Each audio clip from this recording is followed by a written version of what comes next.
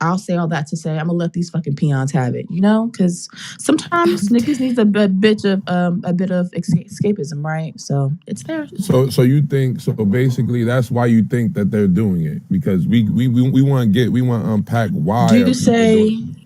Listen, let me sit up. Yes, the rules in this particular digital space have completely changed. You have people like normalizing the strangest shit, recording conversations. That's weird. You have people like making really like fucked up things normal. Like, no, this is the fucking upside down. Okay, these people don't use rational thought. They don't use logic. Have you ever heard people actually like try to rationalize some shit that don't make no damn sense? You have people PTRing whatever they can find to prove shit, like making up fucking fake ass storylines. Yes. Hey, Yes, I, it's getting. so hold on before y'all go. Sarah Bellum was next. Go ahead, Sarah Bellum. No, Simone summed it up beautifully.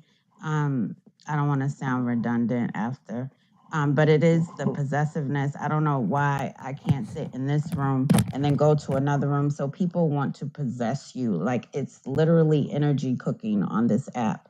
And why are people making people choose sides? I don't know. I see it's like gang activity. I don't know if they come from gangs. I just don't know what it is, but I was encountered with that and I shut it down first time and I was removed from, people. I don't even want to get into it, but yeah, I don't know why people do it, but Simone summed it up perfectly that these people are delusional, mental cases, and something's wrong that they think I can't be in one room. I'll go to a room. Someone has said to me, "Oh, I seen you over there with the ops." Why are these people ops? Like, do y'all even understand? Like, I come from the hood. How is someone in a circle your op? Like, you're on an app. Log off if you're in danger. It And happen like that. Big Mike, you want to be in the queue too, right? Big Mike, go ahead, Big Mike. Absolutely. Yeah, hey, Dusse, thanks for having me. First of all, what a great topic for the room today. You know, I've been around these clubhouse streets long enough to know better, to not to take everything so seriously, and to take people's sides. If they started this shit with me, and this is coming from a white boy, I would tell you guys, you can kiss my motherfucking white ass. I'm not picking sides. Plain and simple. I'm done speaking. Can I hey, speak? let me say something because Go ahead, Lucci. this I've been on this app since March, and it's kind of funny because my mentor tell me all the time. He says, "Don't promote a track," meaning if the app is not the way you expect it to be, change it.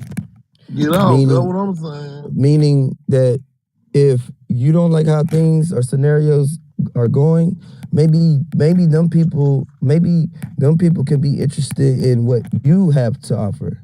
And in order to do that, you have to get out of the mode that they're in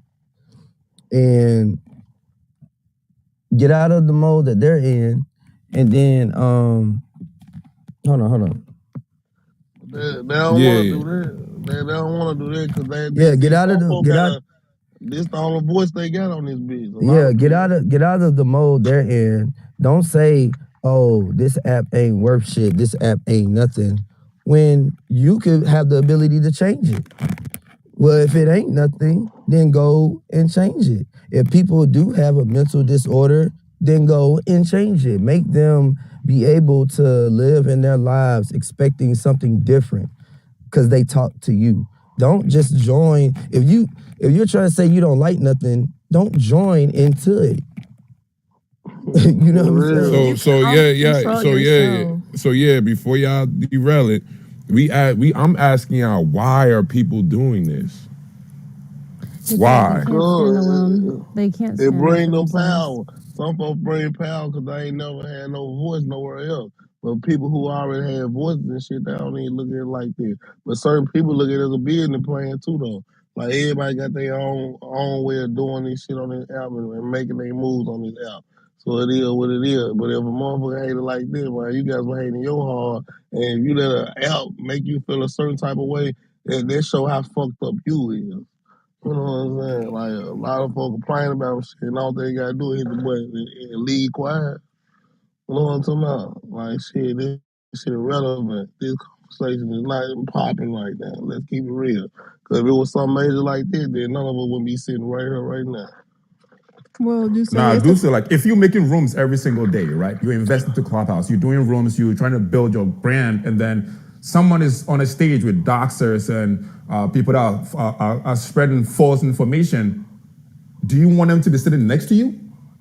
But you gotta understand though, You like get what I'm shit, saying? So I think people are being fake by saying that, well, you know what, it's an app. Yeah, it's an app, but like, what do you stand for? What are your morals? If that's what you stand for, of course you don't want them next to you. That's why I'm saying that, yo, if you want to stand with doxers, stay with doxers. But it's cool. We don't gotta have no problem. But yo, I'm cool on this side. Just stay on that side. You know what I'm saying? But this side, this is how we do our thing. Because I'm building my brand over here. I'm waking up every single morning to do rooms. I'm trying to do business, make money here. But that's the people you're with. So yo, we're good. Just stay your side. I'm gonna stay on my side. So that's how I think those content creators, that's what I think. And that's why I think they are giving people a reason for people to pick a side. Not necessarily they don't fuck with them. They're just saying, this is how I move. I just don't want to move with you because of how you move. And there is no beef, just do you and I'm going to do me. So that's the mentality that I see with content creators on this app. Well, I made the public figure on this motherfucker, so it like shit. And I have plenty of content that I got outside this app. When you really making moves, you gotta understand people gonna come at you all types of ways, and it just being a public figure. You know what I'm talking about? If you can't take this little small app, you ain't really ready for the real world. Mr. Stan, I have to say this, please. I have to tighten my road belt when I say this. We are niggas on the app. Hey, Donna, come on that mic, dude. Yeah. Hello? All right, well, now continue. Hello? Continue We the have conversation. on headphones. We are niggas on an app, and that's that self-entitlement I'm talking about. Do y'all know what a public figure is? Well, you look at my name. You look at my name. You can come off mic when I'm done, okay? Like you sound like a that's crazy. I'm not a hater. None of these people on Clubhouse are public figures. I mean, none of y'all Instagrams is reflecting that. Y'all not getting but the thing is, you look up the thing we failing to realize is this app. I'm not failing to realize No, nothing. I'm not talking about you. I'm not talking about you. But can she finish, y'all? Let her finish. Hello? Stay the fuck All right, everybody calm down. Calm down. You ain't gotta cuss at me. I don't like being interrupted. I don't like. Well, dog. Okay, then. Well, you can talk. All right, I muted everybody. Calm down. Nobody want to hear that. We talking about some real shit. It ain't about y'all personal squabbles. But continue. I got me. Hold on, Stan. He said my name. Shit, it is what it is. I'm not done talking because you were interrupting me. Ew, mute up, please. Don't blow your nose. We can hear him breathing and shit. Damn. Don't blow your nose. Yeah, I mean, y'all. Look at y'all picking sides right now. It is. That ain't picking sides. He's just messing. He need to blow his nose. That's just all, man. All right, but It's a joke. It's early in the morning. Y'all can laugh. Lighten up. Oh, yeah, but y'all, hold on, y'all. One mic. Y'all derailing right now, and we got a bigger problem. See, this the problem too. When we having conversations and y'all talking about bullshit, like I don't want to talk about that. Like I don't give a fuck. Like now we talking about what's on the title. Fuck all that other shit y'all talking about. But continue. Right. Like how, Lucci, you weren't even talking. You and this damn Chucky doll. Mute up. You interrupted me. Stink. What's up, man? Yeah, get back to the title, yo. So, but ironically, that actually validates what I'm going to say. Have you ever heard of someone? Have you ever heard of never been the man disease? Some of these people, I'm not going to just say it's men, okay, because it's some of the girls too. Act like y'all ain't never got no motherfucking attention. Act like you've never heard somebody. Actually, let me go a step further. You guys, some of y'all act like you've never said anything valuable enough for people to listen to. I'm gonna say that. You act as if you gotta fight for the fucking mic. This is not the fucking like jailhouse table where you scrapping for biscuits, okay? You able to have impulse control. You can speak when you ready or ready to. Like some of y'all, you know what's annoying? The lack of fucking decorum. That's what's annoying. It's like, god damn, did fucking wolves raise you? See that fucking Chucky doll? Have some fucking manners. Anyway, and like I circles back to my point previously, the self-entitlement I think really has ruined this app. You have niggas really in their minds, in their heads, think they fucking kings of kingdoms, right? Thinking that their voices are large and actually than what it is. It's like stinkomamas. It's not. Maybe it is in your mind. Maybe you think that you're so revolutionary in your thought, but you aren't. You know, and I think a lot of people have. Not. Oh my God. Look at you. Look at you. Triggered. Just shut up. Everybody. Oh my God. Nigga, shut up. One mic on Simone. What is wrong with you? That's the bitch ass nigga Simone was talking about. I just want to let you know the biggest rooms you guys have had on Clubhouse has zero impact in the real world. And look how you make the my biggest example. rooms you guys have had on Clubhouse has had zero impact outside of that. Yo, but Stan, like it ain't all about you and your opinion because there's other people in here. I'm just letting a motherfucker know if you come at me, then I gotta say something. She long-winded. No, you don't. I'm long-winded because you interrupting me. Now shut up and mute up. Stingy, you got fucked up with following on Instagram. Look, you. Like I said before, I don't give a fuck about all that other. I don't give a fuck. I'm talking about this fucking title. I don't give a fuck about all that petty personal shit y'all got. All right, let's get to some new people. Yeah, I just wanted to add in as far as like the title and what it means. You want to a person has to be an individual. Like that's the whole purpose of the app itself. It's just like Facebook. It's for like business people to get with their kind and they can quickly, explain their visions however they do it or whatever. What has happened is people didn't listen to this whack 100 shit and took that and put it in their room. And I only say his name because that's how all these rooms are acting. All these arguments, all this content. But really, if you go to like business people rooms, they're talking about shit that can change, lives. You know what I mean? So like, if it comes down to it, don't be scared to just be normal. You don't have to be rowdy to one another. You don't have to join a clique. You don't have to do that. If you want it, don't be scared to be smart. I don't understand why people can't be successful on this app. I don't understand why I can't put a picture up of my house or a picture of now I'm capping. You know what I mean? But it's okay if I'm fucked up. Everybody can relate to a fucked up nigga, but I can't be happy. I'm capping. You know what I'm saying? Like and then somebody has to stand up and say that shit. Like, bro, like if are we trying to be these people that we dream about? Are we trying to be creators, or are we just trolling? When you doing something major, people gonna hate on you though. That's something about. But that can be changed. That could be changed. It's just like the iPhone. Hell, you gonna buy it? You know what I'm saying? I don't have to sit here and pressure you to buy an iPhone. You gonna buy it if I put it out. So that mentality of people accept certain type of things, they can accept other things and they can understand other things. But that's what we need to do. Have thick skin and say, yo, this is my journey. This is what I'm trying to do. Are y'all interested? Okay, boom. And then, compliment people. Come on, you know what I mean? Maybe people need that. You never know that. Just start spreading love. No matter how you think you should do it, just spread love on this app. Just do it. Spread great energy. So hold on, Stan G, because I need new people to speak. I want to hear everybody's opinion, like I keep saying. This is Club Dusse. Let me do a real quick reset. Why are people making people pick sides on Clubhouse. Share the room. There's 123 people in here. I would appreciate if y'all share the room to more people because this is an important conversation. Who else want to speak that hasn't got a chance to speak? What up, Dusse? Go ahead, Oh, my brother. man, I'm gone, though. One down. Go ahead, my brother. Hey, man, I was just going to say, this is just that you get out of this what you put into it. You know what I'm saying?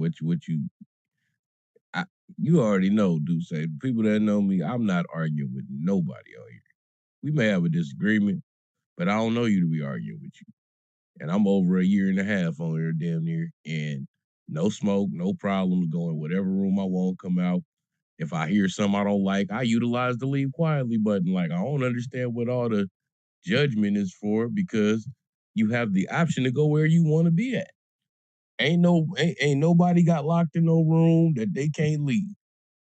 So it's like you get what you put into it. You know what I mean? You meet cool people, that's cool. If you get around somebody y'all not vibing, you know there's a leave quietly button. It's just like it ain't even that hard to navigate. It's just like when you come on here with a preset mindset, you get disappointed every time. So you think that's why people pick sides on Clubhouse? So why are people making people pick sides?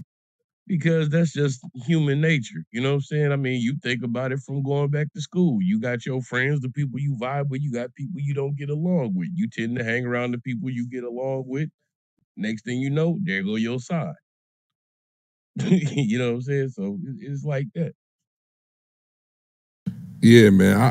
I feel like it's corny. Like I can't go into certain spaces and be comfortable to have a conversation with certain people because it's just corny to me. Like it's corny. Like we supposed to be building to help each other create and make money, not building to tear each other down. We creators, right? So why we not creating to make a positive change instead of all this negativity? But you know what? A lot of times the picking sides come from two people being friends, all of y'all chilling and chillaxing. You like everybody's content, and then all of a sudden those two people fall out. And now they're looking at you like, so what you going to do? And you know, as people that support people, you know, that shit puts corny. us in a crazy situation. And you know that shit used to stress me out. I ain't gonna hold you. It did at one point in time. I don't care no more. You know, but the thing about it is that that's how usually it starts. The reason why people do it, it's control. It's because of the fact that they just want to see who they can get to be on their side. You know, it's people on this app that will if you don't choose their side, they will really try to like mess your life up in real life off the app. And that's wild. That's some mentally unstable crap. And then there's some people that, you know what I'm saying, they just be like, oh, you know, you could chill with who you want to, you can talk to who you want to, you know, but for people that really like put you on blast and try to make you feel like you ain't shit because they didn't fell out with their friend that you became friends with because you know what I'm saying? That's wild. That's wild. That's a whole nother And you see this, and not to bring it up, but Keita in here, and you see Keita, me and Keita are really, really close friends. And she never made me pick a side, and we stayed loyal to each other regardless of the fact of anything. Because we already know where each other stand with each other friendship. And that's how it should be. But that's also because you didn't let her, you feel me? Because Keita's my friend too, but Keita, you know, it's been times where you like, if you fuck with such and such, you the op.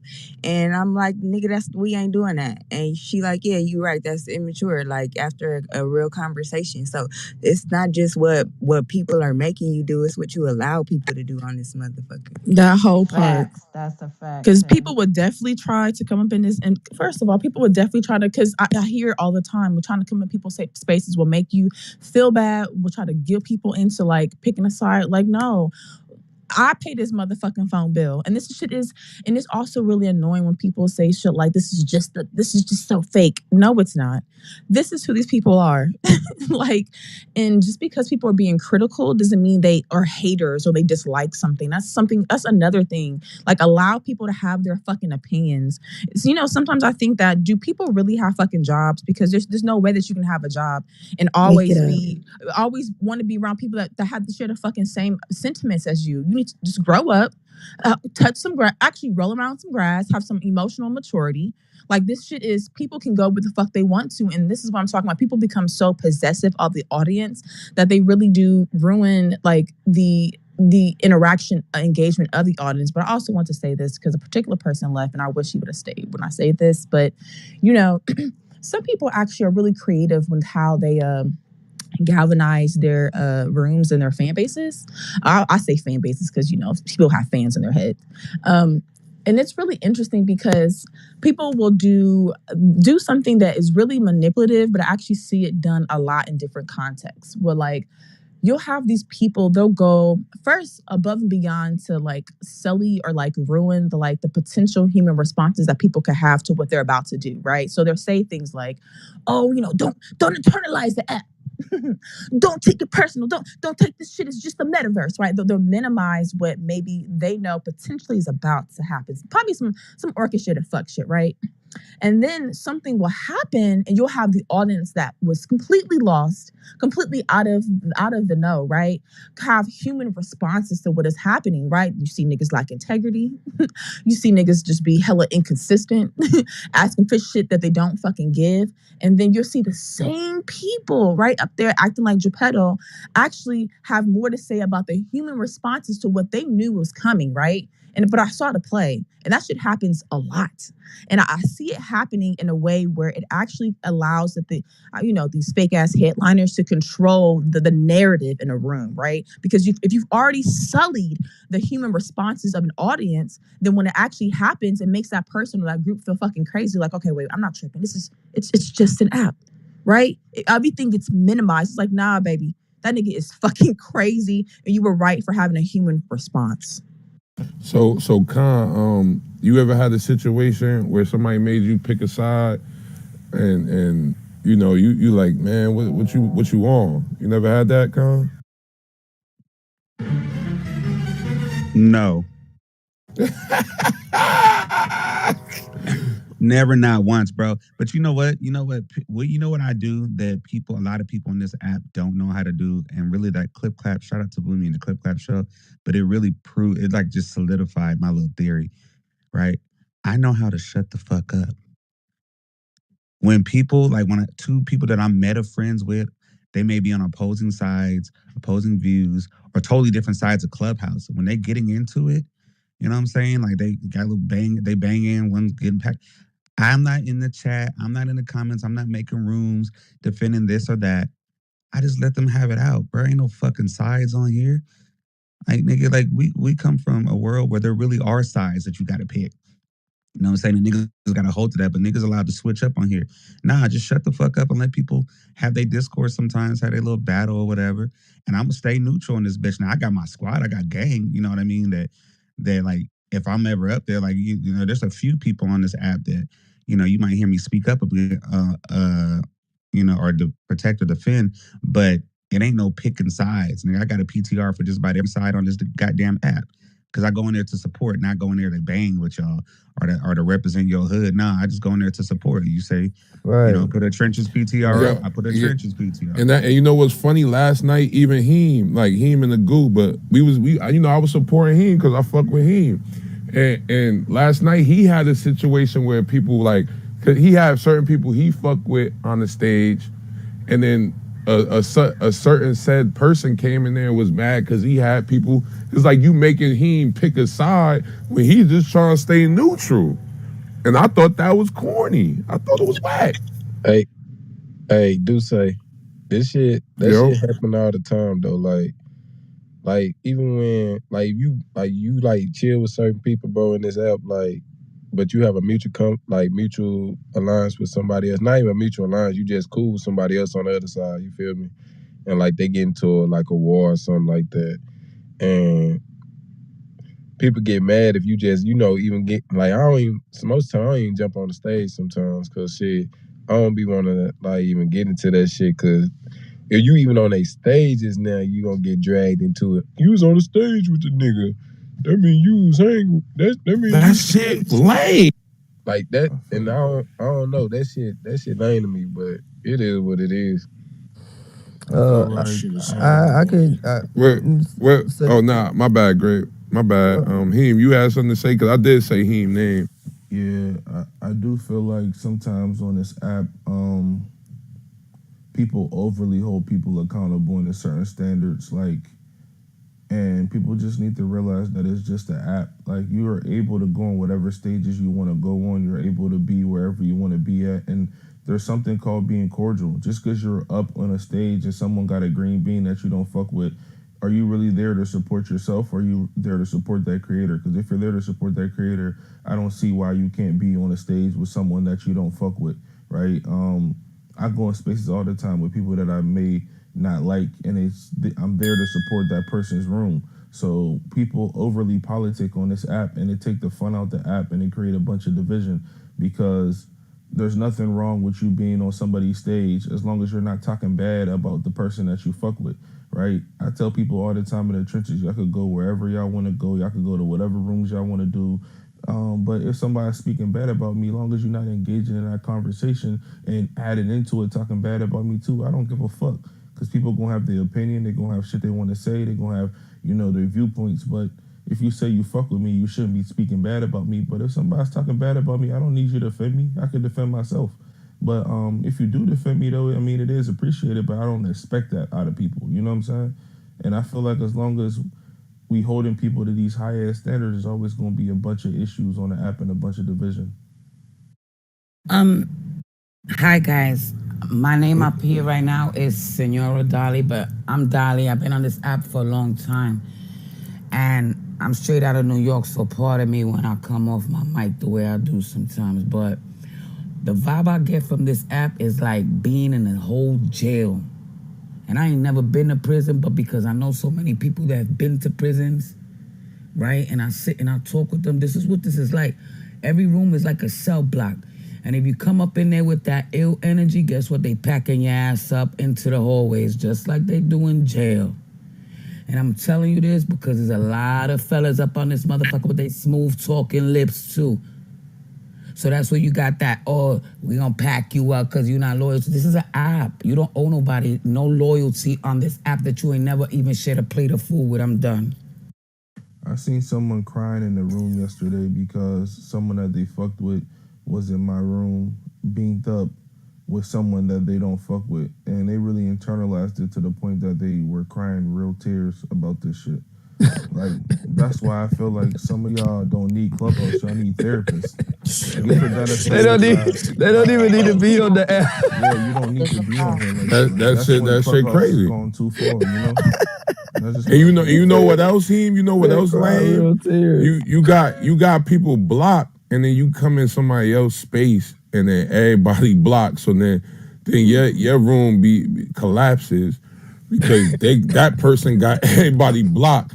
So now it's like they force you to choose. You want me to unblock them? I'm sorry. Hold on. I'm just saying. And that bigger block list and everybody else is crazy. I'm just saying, like, that should be blowing my shit because I'm trying to grow. We really have a problem here. I'm trying to grow and try and make something happen. You blocking the stage, so I can't grow. Hey, it's still Keita birthday weekend. They could get a Yo, I was just about to say that. Damn. I couldn't hold it in. Happy C-Day, Keita. You can't laugh on mute. Keita, the honey crib with red hair. That's crazy. Oh my God. Can I speak? Because let me get a moment because I think I've been through every emotion on this motherfucking app from every fucking side of this app. I think this is the problem, right? Y'all think these people y'all friends. They're not your friends. I don't give a fuck if you meet up with them in real life, you invite them into your home. I don't give a fuck how many brunches and dinners you go to with these people. They are not your motherfucking friend. And you gotta understand that you don't owe nobody shit on this motherfucking app, right? But for me, right? Once we take our clubhouse ship off of Clubhouse, right? And you still dealing with somebody you know violated me in every way possible, I'm going to draw the line with you. You have a choice where you can fuck with me and you can fuck with them. And if you continue to fuck with them, I know how to fuck with you. You ain't got to pick a side. You don't at all. I just know how to fuck with you.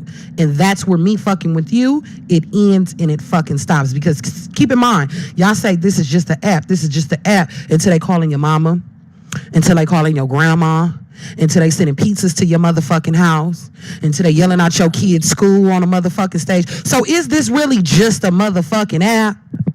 Or does some of this shit on this app take part in real motherfucking life? Like, come on now, we gotta understand that this is not just an app. I done seen some of you niggas get beat up on here in real life. I done seen bitches have babies by niggas on this motherfucking app.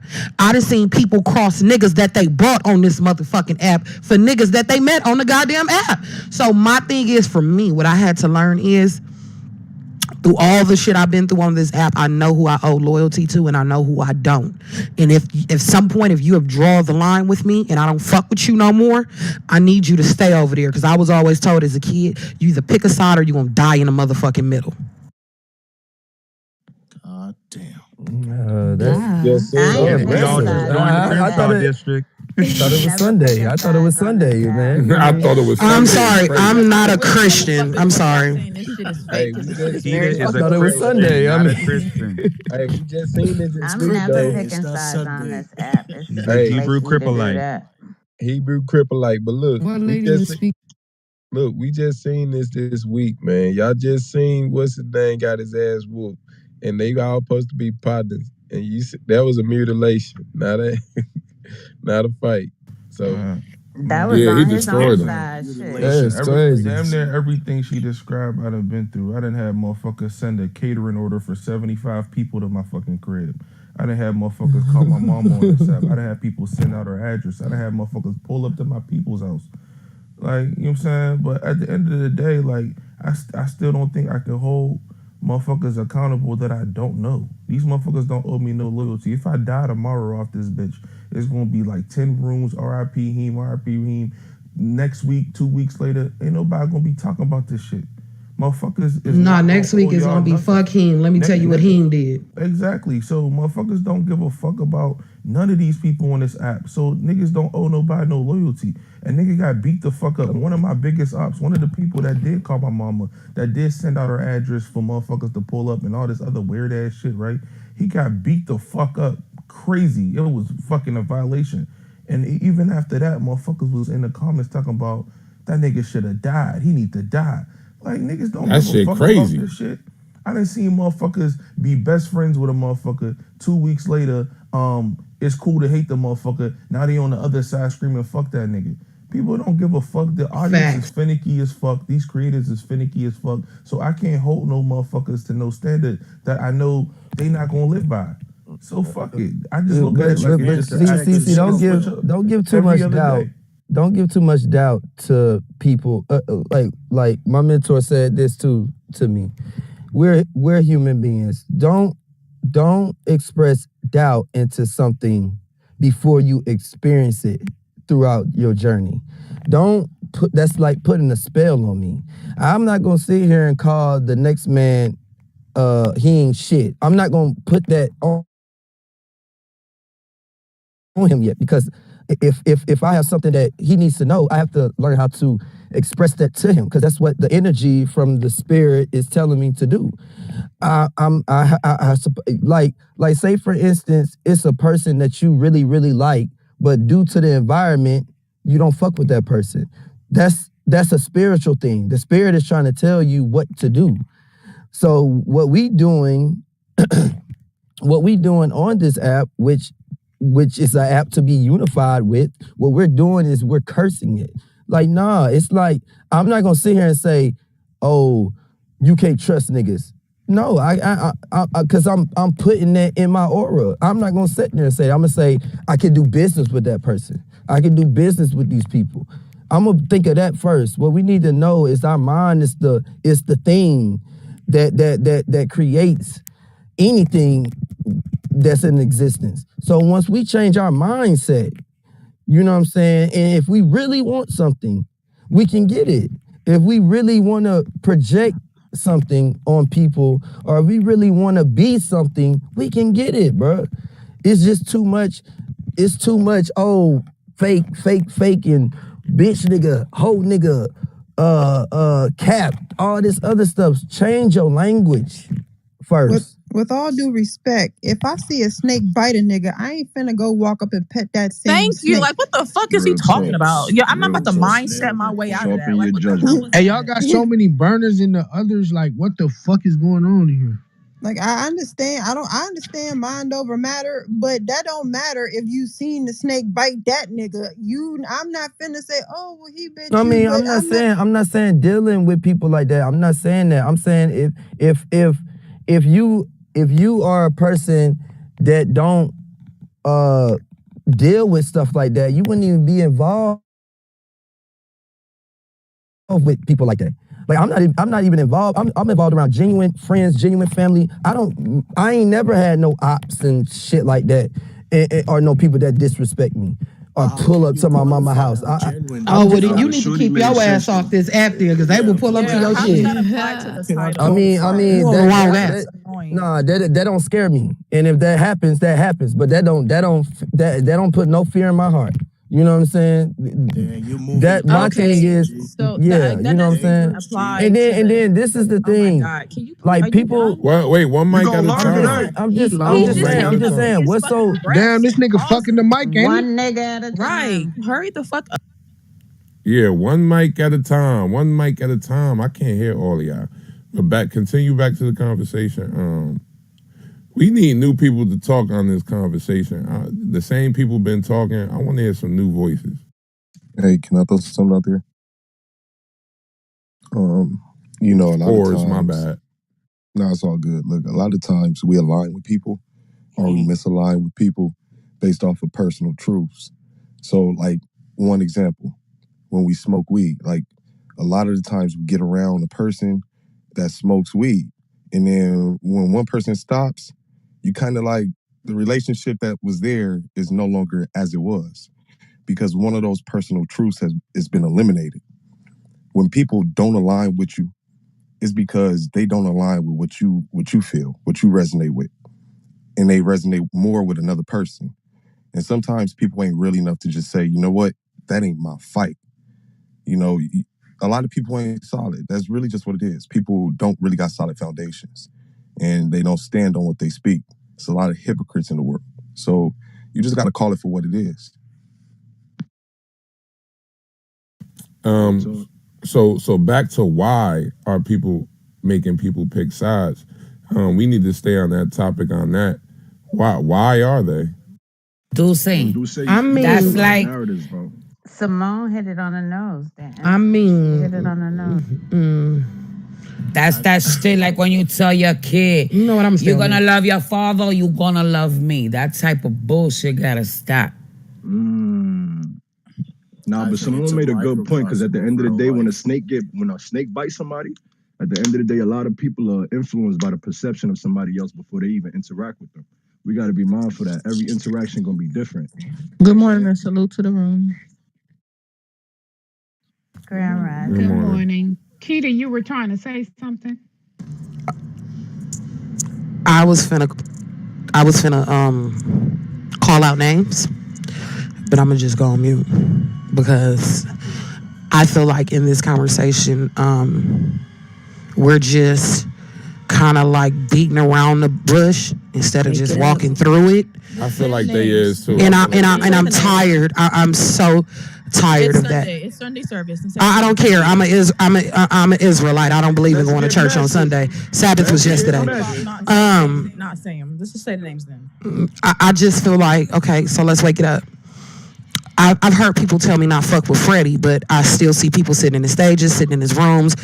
And Freddie just did the most federal shit he could ever do last week, right? He put a jacket on several people saying they put a hit out on him. You don't know what people got going on off this app. You don't know who's a convicted felon, who's gang injunction, who's XYZ, right? I would never tell a person not to fuck with Freddie, but I'm gonna look at you sideways because you have the choice to make your own decision on who you fuck with. And if we really gonna wake it up, Honey was a person who was calling me, asking me how my father was doing. Is your father good? Is he still in a coma? And then last week told me I need to go grieve my dead ass daddy. But then I still see some people follow her. I'm not gonna tell you I'm not gonna tell you to unfollow her. I'm not gonna tell you to keep her out of your rooms. But at some times we have to stand on moral and motherfucking principle. So if I see you fucking with her, I just know how to fuck with you, right? We see people sending pizzas and calling phones and doing the extras and people still fuck with them. Me, I'm never gonna tell you not to fuck with somebody, but when I see you don't stand on principle with me and more with me, and you show me that you still continue to fuck with a fuck nigga or a fuck bitch, I just can't fuck with you. And I think sometimes that y'all like, oh, well, they got a lot of followers. Oh, well, they rooms be jumping, so I'ma still be their friend. And it's just like, at some point, where do y'all draw the line in real, like, where do y'all draw the line? Mentally, where do you draw the motherfucking line? Then y'all be like, well, it never happened to me. And then till it does, like, let's wake this up. We gonna wake some shit up. Let's wake it up. Let's wake it up. Why do y'all still fuck with Organic after he did revenge porn on Elaine and now he just did revenge porn on Aubrey? But niggas is still gonna let him on the stage. Y'all still gonna follow this nigga. Y'all still gonna be this nigga fucking friend. Right?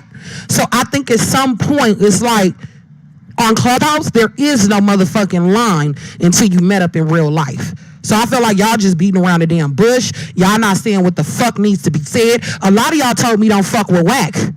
But y'all steady ping him to y'all room. Y'all want that nigga on your motherfucking stage, which I have no problem with Whack, right? Love Whack dearly, right? Been knowing the man since I was a child.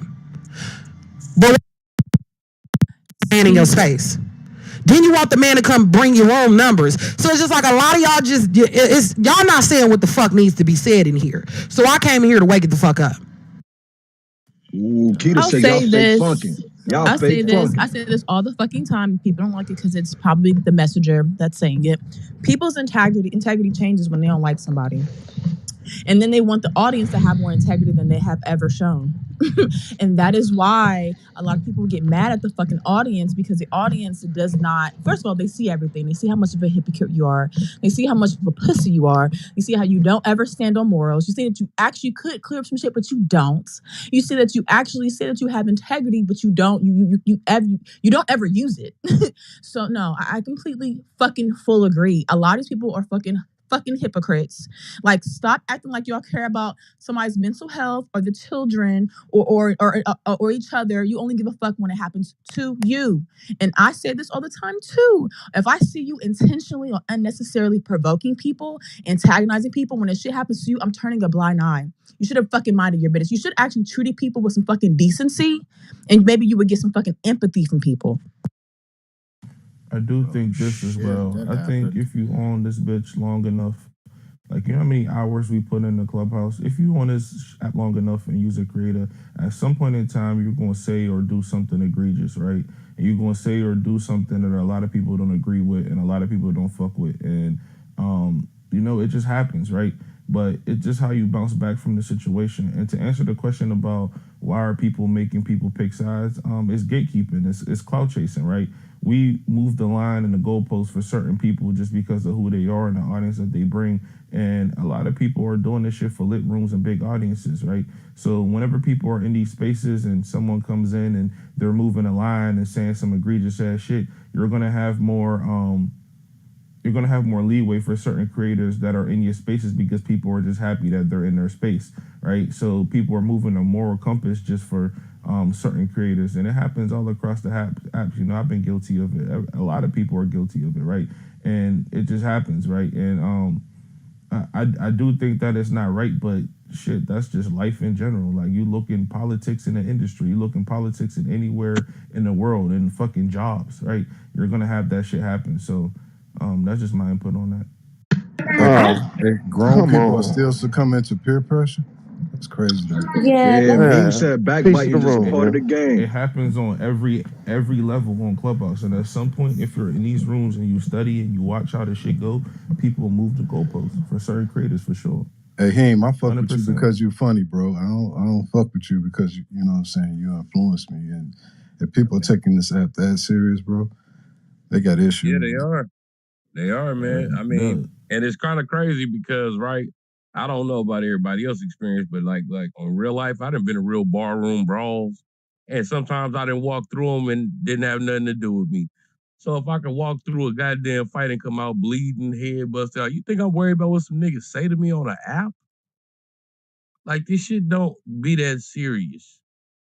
You know what I'm saying? It's a lot of internalizing because we all got the option to leave quietly. We all got the option to log off.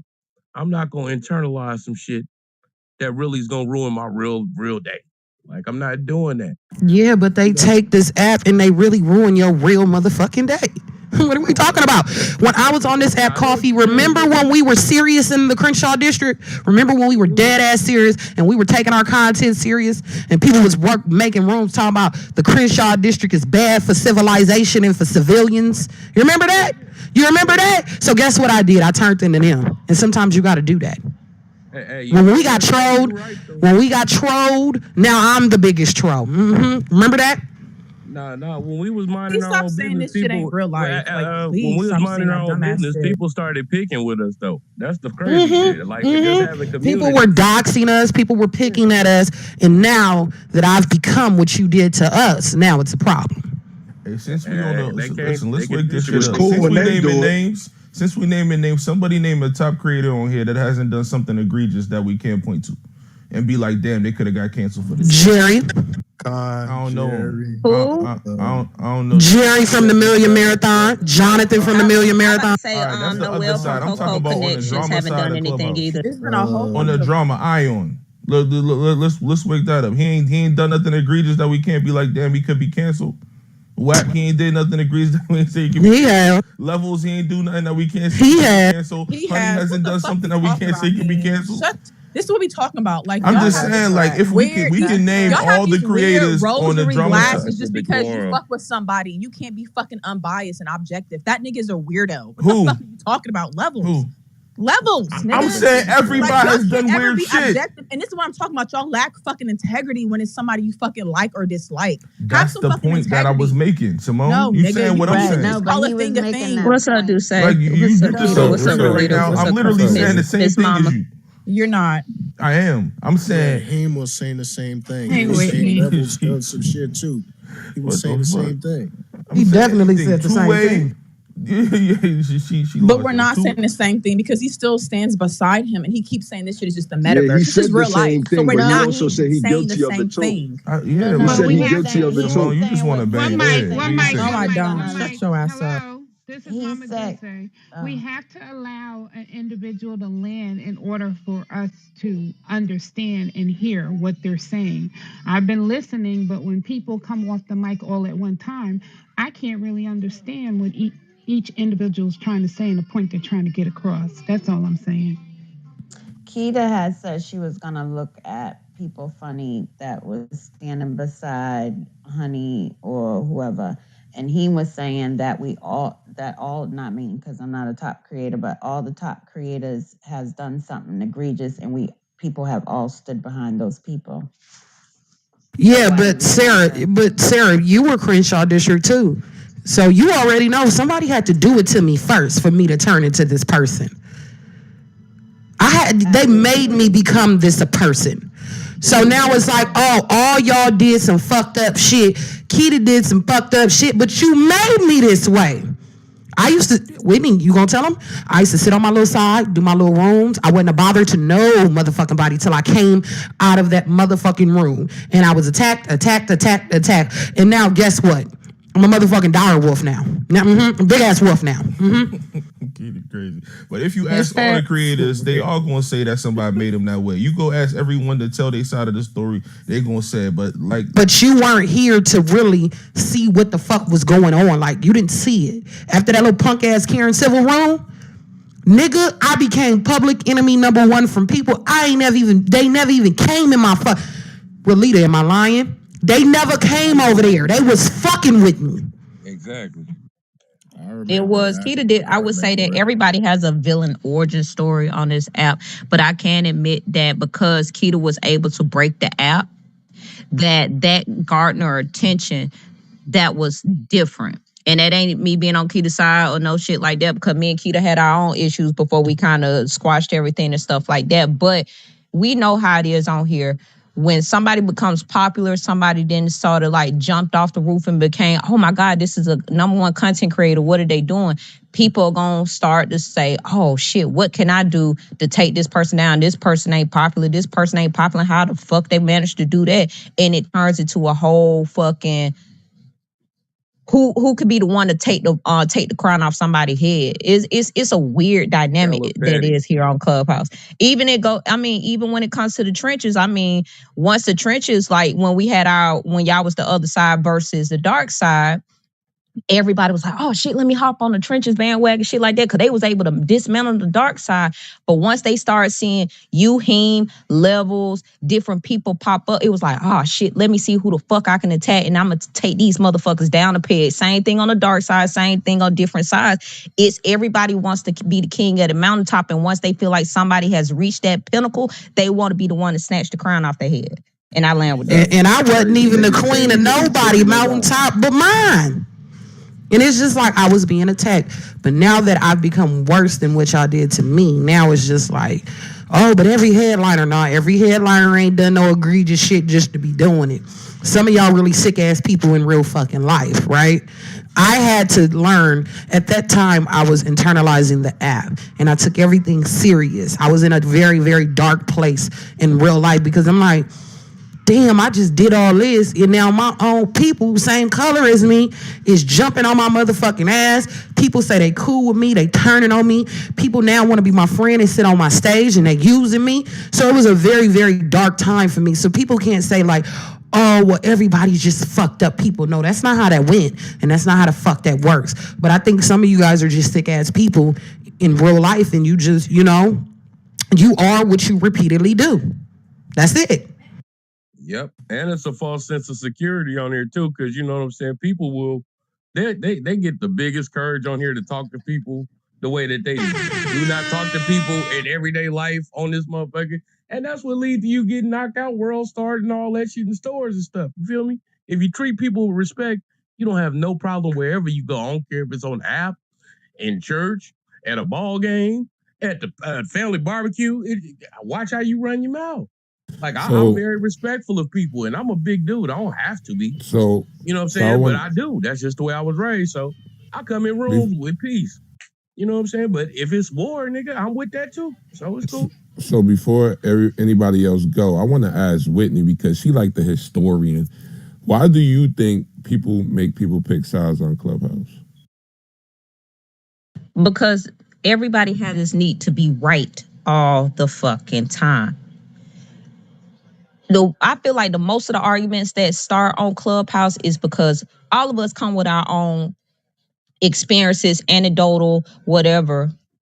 And when we come on the app and we'll have a conversation, if anybody try to invalidate our experience or they come with a difference of opinion, you get upset. And the next thing you want is somebody who agrees with you, somebody saying, yeah, you're right.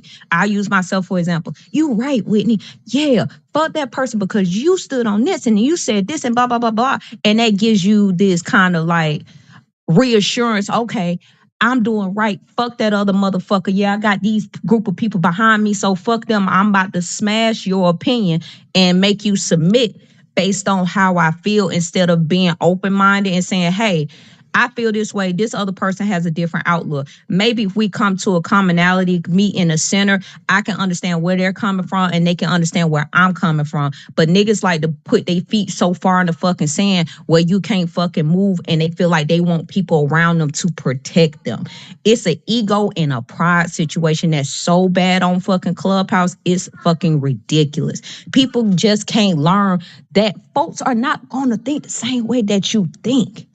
And it's an ugly way of going about it, because that's why we can't progress nowhere, because motherfuckers are so single vision minded that they can't progress no fucking where. And they wonder why they get in arguments all the time. And I'm going to land with that.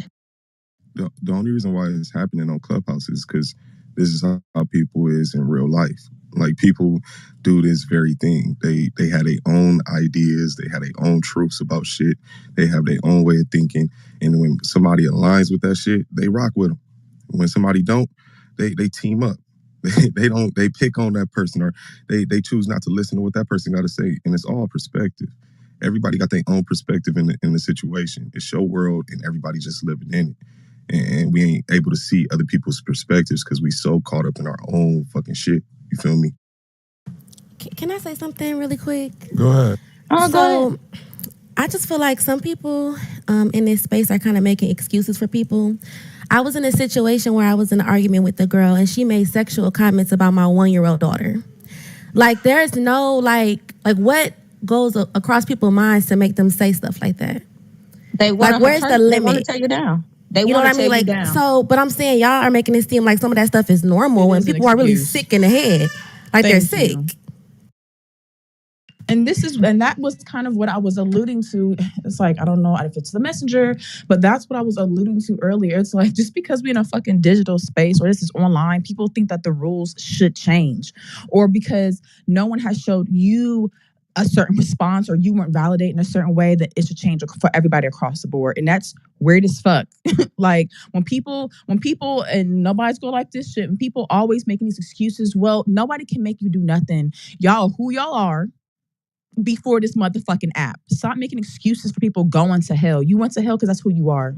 You did some fucked up shit because you're a fucked up person. Like, you want to be on demon time, you want to be a demon because you are fucking one. Like, I wish people would stop fucking making excuses. That's not how that works, though. That's not how that works sometimes. My opinion, because I don't have a loud ass mic, but I hate when people like make excuses and put like, guess what? I'm never gonna fucking act out of character. Log off this bitch. Can I say something? Agree with you, Simone. I agree with you, but I think you can't poke a beer and then get mad when you wake it up, right? You can't tell people, you can't go fucking with people and then tell them how to respond. That's not how that works. Peter, I agree with that, but everybody is multifaceted on this app. You can have the quietest motherfucker when they've been pushed and they've said enough. Everybody has an ear, everybody has a self-conscious, and everybody has that part of them where it's fight or flight. And if a motherfucker pushes them enough, the fight is going to come out of them. Yes, this is a digital space and it's just people voices, but words hurt people. Words hurt. And if there is something that is your trigger button on here, you can have the most meek and mild person go at somebody. It is a part of everybody's character. Everybody has the capacity to get mad, sad, happy, discontent. Everybody has a range of emotions. But where does your morals stand in certain shit? We all done been in a roasting session. We all done been jagging and jabbing on different people. But I feel like there is no point. Everybody has their different levels of where they're willing to go in order to have their point proven or to stand on whatever they feel like is right. It's just, that's a part of the way life fucking works. It just is what it is. I mean, well, just don't come fucking with me because I'm a Scorpio. I'm all about my revenge. I'm gonna go to hell with that shit. Team Scorpio. Can I say something real quick? Y'all been trying to talk for like the last 10 minutes. Don't let ahead. Alicia talk, please. Pardon. I would like to say something after he's done. This is a mob mentality. A lot of mental dysfunction. Somebody mentioned prison. A lot of people probably ain't been to jail, but living in the hood. It's kind of like that. Want you to choose a side, right? This app is Yahoo back in the late 90s, early 2000s. It was the same way. I've been on here a couple of days, and it's deplorable. There's no couth and a lack of intelligence. A lot of people really don't make no sense. A lot of people disrespect people to the utmost. I've heard a woman talk crazy to another woman, and I guess they know each other or whatever, and they, I guess, know each other's personal life somehow. It's really, really, really, really sad, the state of our people when it comes to this app. It's sad and it's sickening. I've been trying to talk for the last 10 minutes. Very quiet. Hey, peace to the room. Muted. Everybody wants to be something that they're not. What's wrong with being regular schmegular?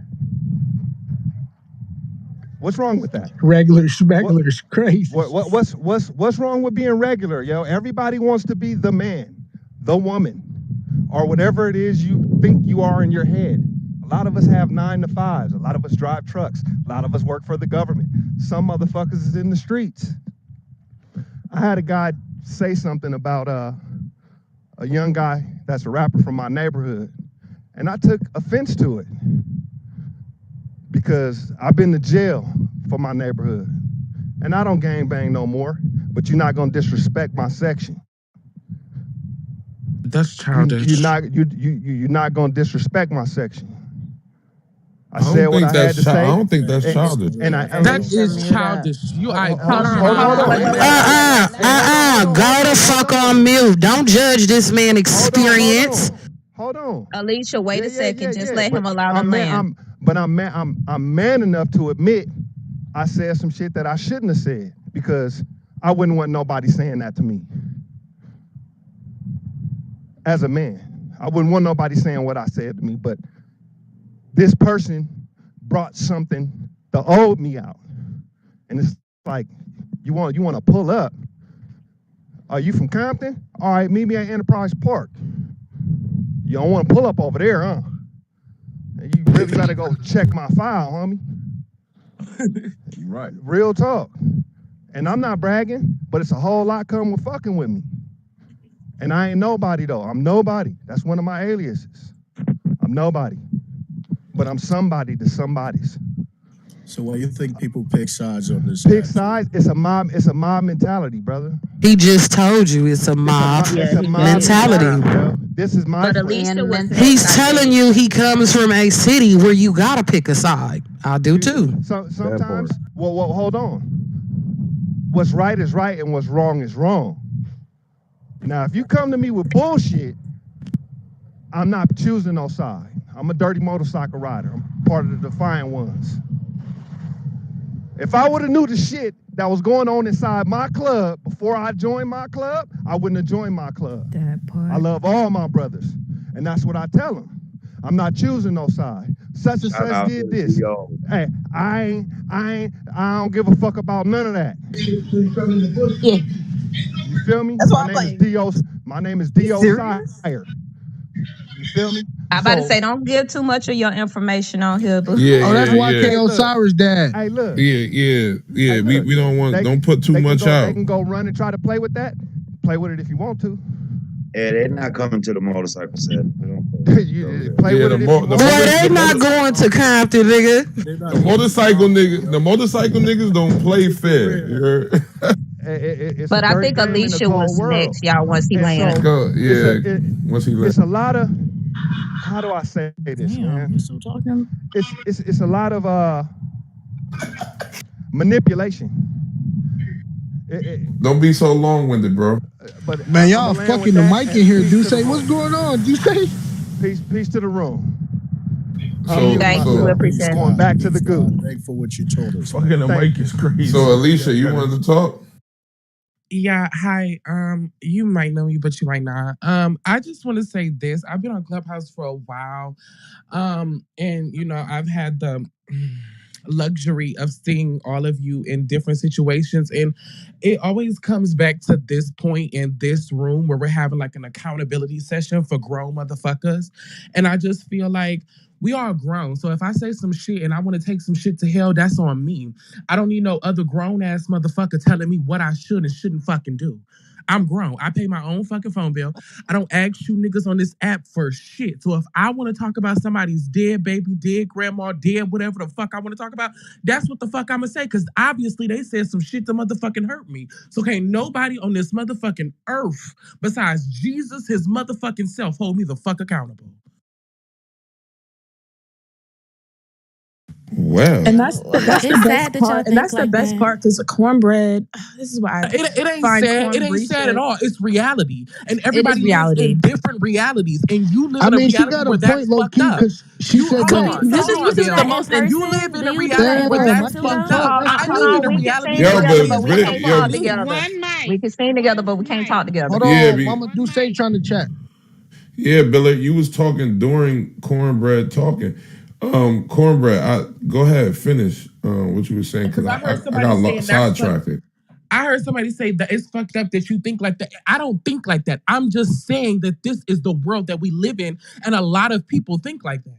A lot of people think like that. Do I think it's wrong to say those things to somebody? Yes. I'm a grown human being who understands things, right? I understand that that's wrong to say to somebody, but if you take some shit to hell with me, bitch, I'm gonna take you to the motherfucking pits, bitch. Fuck are we talking about? Love you, But isn't cornbread. that but Yeah, I isn't just that wanted to what The has say been most that. going endearing on? quality about But cornbread shit isn't is how that much what she has owns her been shit. going on this app since we've been on here? People say some egregious, disrespectful, unkind things because some people have an opinion and they're voicing their opinion and they're rebutting back to whatever you said. And the response is just ridiculous. I mean, even in this room, there's been little comments back and forth. Why are you disrespecting what somebody's saying? Everybody's entitled to their opinion, everybody's entitled to their comment.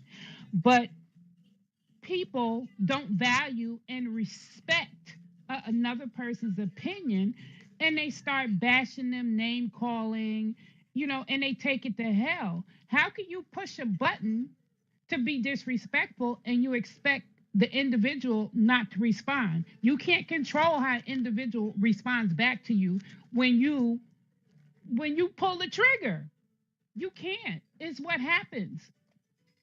Not everybody is not going to respond back to you, or just don't, add flame to the fire. People going to respond back to you, and you can't expect them to just lightly respond back to you. Whatever you get is what you get because you initially started it. People don't respect other people's spaces, and then when somebody gets mad and call you out your name because you're being disrespectful in their room and on their spaces, you want to get upset and you want to get pissed off, and then you want to go to hell with the individual, and then you say, don't follow them. If you follow them, I'm not going to follow them, so forth and so on. You try to control how people move on this app, and that's a problem. I mean, you just got to look at yourself and you got to say, maybe if I didn't do this, but people don't think that. Maybe if I didn't say this, they wouldn't say this. People are going to go to hell. They go to hell in real life. This app is no different than what people do in real life if you disrespect them, period. Shout out to you, mama. And I just feel like a lot of people, I can say include myself, because I ain't no different and I ain't no better than the next motherfucker. It's a high school mentality on here. Everybody Facts. wants to be the captain of the football team, the head cheerleader, the popular motherfucker who had all the goddamn money, the bitch that everybody wanted to fuck. Everybody is trying to live out that popularity dream on Clubhouse. That's why everybody garners a crew. Some crews are built just on natural, just compatibility. They were brought together for a situation. They agree and they kind of move. Other people, they built that shit off either because a motherfucker's a dick sucker and they see that the head person can't get them somewhere off this app, whether it's a podcast, some money in their pocket, or maybe somebody can slide them into a club or two or some shit like that. But then you have motherfuckers who just like to do crazy ass shit just to stir the pot, just to see what type of reaction they're going to get from people. There's no way, no how that we can ever move forward from that, because people always are going to have ulterior motive. Now, there are some situations where people have literally defended somebody. Keita, me, and some other people, we have literally had our kids put out in front street on this fucking app. You have some other people where their relatives who are again on the other side has been brought up here. You've had people news leak. You've had people jobs call. You've had everything imaginable fucking done on this damn app. And it really gets nobody nowhere. Some people want admiration. People want fear. Some people want love that they're not getting off the app. They want all these emotions, and it's available on this fucking app. And really, honestly, like Cornbread said, how can we hold a fucking picture and a voice because we ain't paying nobody phone bill? We ain't telling them the law on and off this bitch. There's literally nothing that we can do of accountability. The only thing that we could possibly do is be accountable on our own movements and what we do. If you feel like you don't want to be in somebody's room because they didn't went to the 7th level of fucking hell, don't go in their room. Don't make no comments. Don't do no shit like that. If you feel like this person is the utmost disrespectful person, soon as you see them, if they start popping some shit out there, you hit that button and leave quietly. Some people feel like I want to be the one to put my fucking cape on. Dun, dun, dun, dun. I'm going to save Clubhouse from this disrespectful ass motherfucker. And then they turn into a victim or fucking bully. I mean, I just don't fucking get it. Hey, you know what though? When you said some real shit, because I really believe you get out of this what you put into it. Like we done seen everything from clubhouse weddings to clubhouse babies being born to clubhouse funerals. You know what I'm saying? The people dying off this motherfucker. So if you get what you give, you know what I'm saying? The energy you putting out, expect that shit to come back like a motherfucking boomerang. That's just called karma in real life. You know what I mean?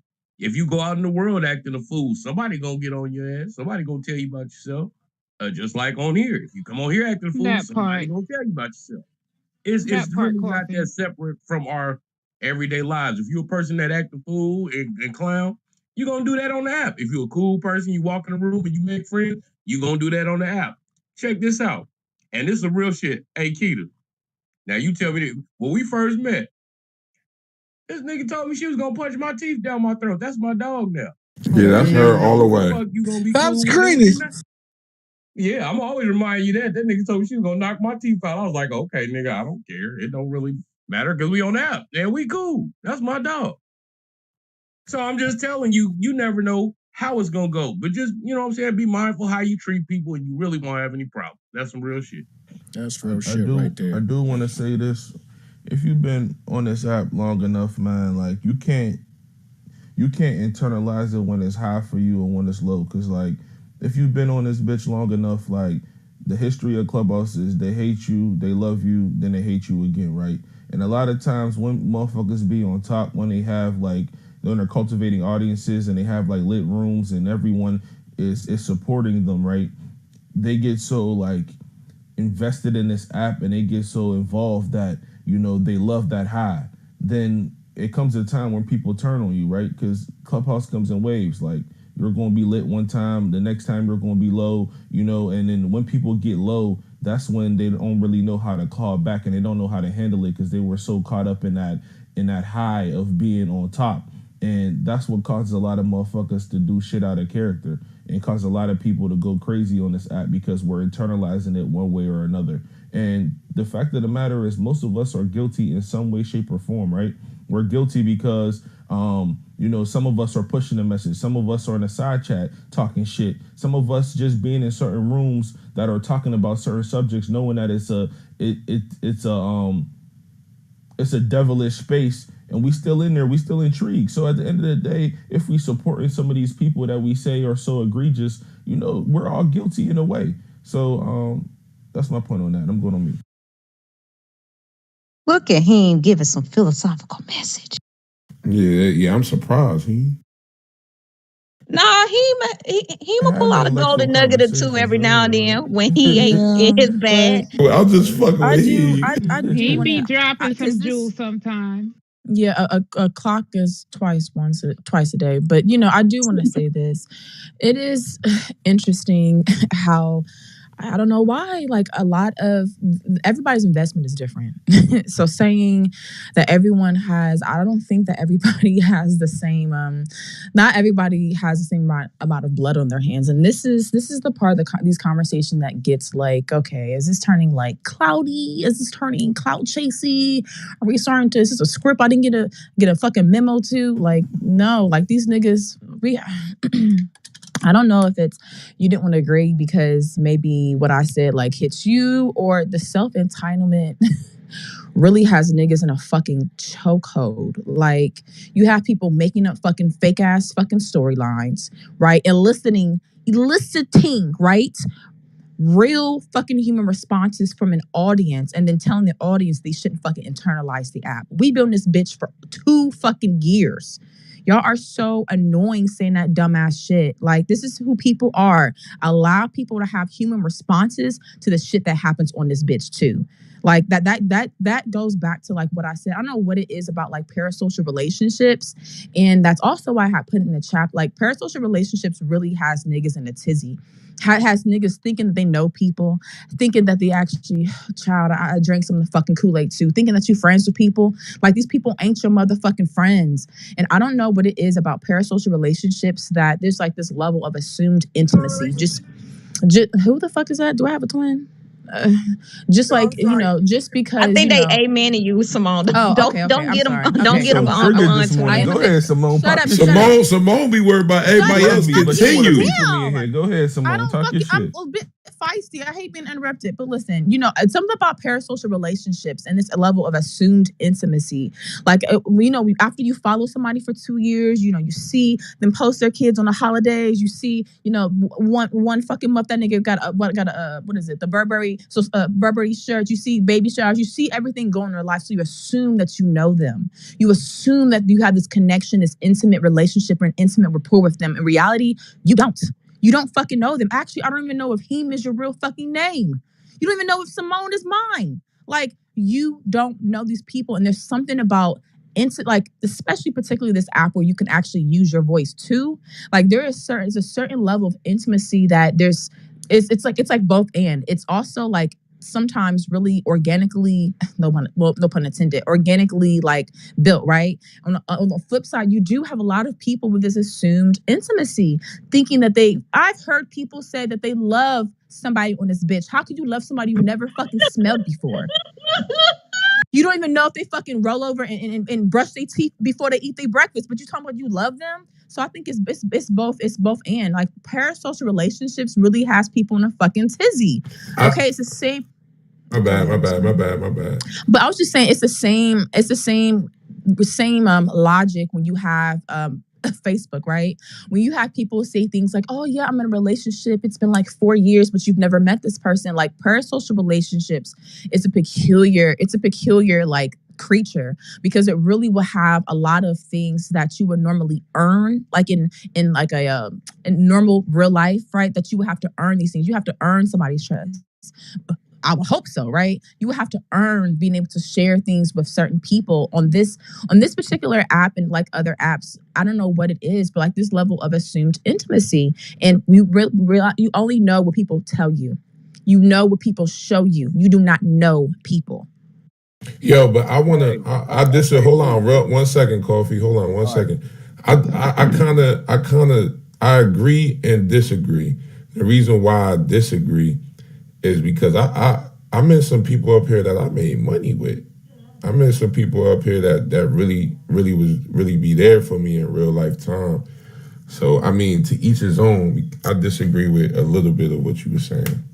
That's what I was gonna say, Dusse. I was like, to be honest, some of us really do know I each did other say on both. here. And do we listen Right. to? Yeah, No, I mean, it's okay. I mean, you know, it's Simone was gonna come with Okay. that blonde pixie energy. Y'all better stop Yeah, it. because it's like niggas would also Yeah. choose like what they So, want to can I finish hear. my statement? But You said a I'm gonna lot, get so out the I way. I mean, ain't gonna I be choose you, long. baby. I was just gonna say, just like those of us who got nominated, you know what I'm saying? Like, I knew the person that nominated me for 20 years before I even knew about Clubhouse. So some of us do actually know each other. So usually if I get into it with somebody, I don't say nothing, because there are people that really know me on here, and they probably gonna press you because they know how I am in real life. I don't fuck with people.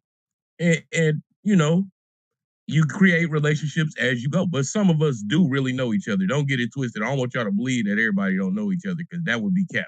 No, we know people know each other on here. I know some people I've known for years on here. I know some people who brought me on here. Shit, I've even built relationships where I met people in person on here. So it's different levels, but I know exactly what Simone is talking about. That's definitely a different one. But I was gonna ask Dusse and the rest of the mods, is it okay? Because my good clean baby Don is in here, and he represents for the 25 and under, since he loved to call us the geriatric crew. If we can have some people of the the Gen Z make a comment on how they feel about social media. Of course. Absolutely. Go ahead, I Dom. love Dom. Dom is Wake my it up, Don. Hey, elders of Clubhouse. Hey, elders of Yo, Clubhouse. Don's stupid. He crazy. For saying it.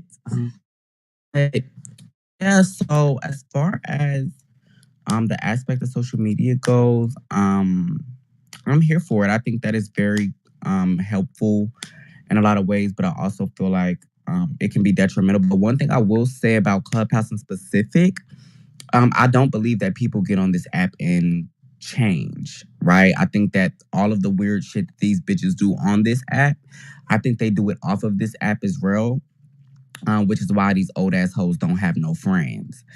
The fuck? Hold on, give me one. Nah, but I do agree with that. I think what people be doing on this app is what they do in real life, and I do agree with that a lot. Yeah, so like even of the aspect of like when y'all get on here and y'all try to like op up with people, or y'all do messy ass shit, or y'all talk shit about people behind people's back, or like people be on here talking about there are no real friends in Clubhouse. Y'all bitches don't know how to be a friend on Clubhouse, and y'all don't know how to be a friend in real life either. So when people speak, even on social media, I believe them. I believe everything that these people say. When they say that they're setting up plans or plays, I believe them. When they say no one is above the content, I believe them. When they say everything is content, I fucking believe them. So I feel like what this app in specific is doing is just garnering a bunch of opportunists in one area. I think it's hilarious that these people believe that they're going to gain some type of actual opportunity outside of this app. I think in order for you to utilize any social media platform, you first have to have something, right? I don't think social media can make you shit. I think that you can leverage social media for what you already have going on to further it or to meet other connections. But I don't think that you can jump on social media and it didn't make you shit. To the topic of the room, why are people making people pick sides on Clubhouse? Because this is all these bitches have. When you don't have no friends in real life and you only got 3 friends in the metaverse, you want to hold those 3 friends that you have in the metaverse very close to you, right? I feel like a lot of people are scared to stand alone. I feel like a lot of these people have abandonment issues from their parents or whatever relationship that they've had going on in real life. So I take all of this as like kind of like a social experiment to see how people think on a more deeper level, being that we can't physically see each other. So all we can hear is each other talk, and I think that has a lot to do with the way that we think. So yeah, people are making people pick sides on Clubhouse because they don't have shit going for themselves, and I rest my case. Damn, I agree with a lot that you said. I co-sign that. I know. When have I ever been wrong? When have I ever been wrong? In fact, I think that's the actual answer that he just dropped right now. Y'all do this shit where people will come in this bitch and remix something that has already been said in the... Y'all so aggravating. Who does that? Because I came in here 10 minutes ago. I didn't say Don. It's probably the delivery. It's probably the way. Yeah. It's the It could delivery. be. It could be that sometimes too. It's the way. It's the way you explain it sometimes too. And it's okay. I mean, we just building. You know. We don't have to. I think it's also the messenger too. A lot of y'all bitches don't have a wristband to even be speaking about being a real bitch to begin with. So it just be like, hello, when you a clout chasing asshole, when you're an opportunist, when every time we see you is you being messy, of course people are not going to take you serious when you sit and have conversations like these. God damn.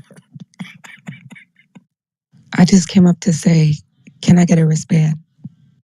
Not can I get a wristband? R&B, what's I don't that? like taking sides in beef whenever people live closely next to each other. Hey, Because queen. one day these bitches might pull up. Yeah, and that's what just happened to recently with Troy. Like he was doing, I don't know what he was doing, but it ended up him getting a beat down, like bad, like real bad. And he still got on the app and was and still was trolling like and using it as clout. And people were supporting it. Even after the egregious stuff that I heard that he was doing. And you got to be built differently, though, to get your ass beat and come back on the app, and still be trolling and talking your shit. I mean, at least he did go outside, though. It's a lot of people who didn't even go outside to even get their ass beat. So we got to give it to him for that. Like, he said he was going to do something, and he did it at least, but he still got his ass beat. He got mutilated, not beat. No, where I'm from, you do not get in credit for getting your ass whooped. I don't know what hell the fuck no. y'all talking about. I have a question, not especially Dante, when you talk so but much I have shit. a question. I get it, like you don't get credit for getting your ass beat, and I'm not trying to give him credit, but there's a lot of people who said they would even step outside, who said, let's do the fade, let's do the 1-on-1, and didn't even do it. You know what I mean? At least he went outside and said, I'm gonna fight somebody, and he went to go fight them. So many people said they was gonna do it and didn't even step outside, so he does have a little courage. At least he got courage, yes. A little is crazy. Man, if he knew that he was gonna get his ass whooped like that, he would have never went outside.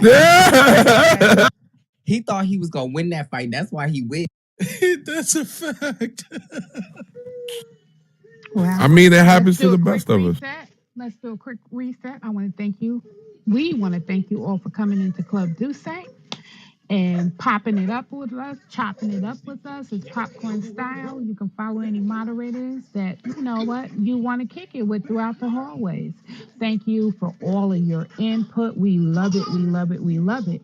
The topic for today is, why are people making people pick sides on Clubhouse? Please respect the mic. When people are talking, wait until they're done, and limit your time to at least 1 minute while you're speaking to give other people opportunity to speak. Thank you. We hear that, baby. Hey, baby. Yeah, that's my daughter over there whining.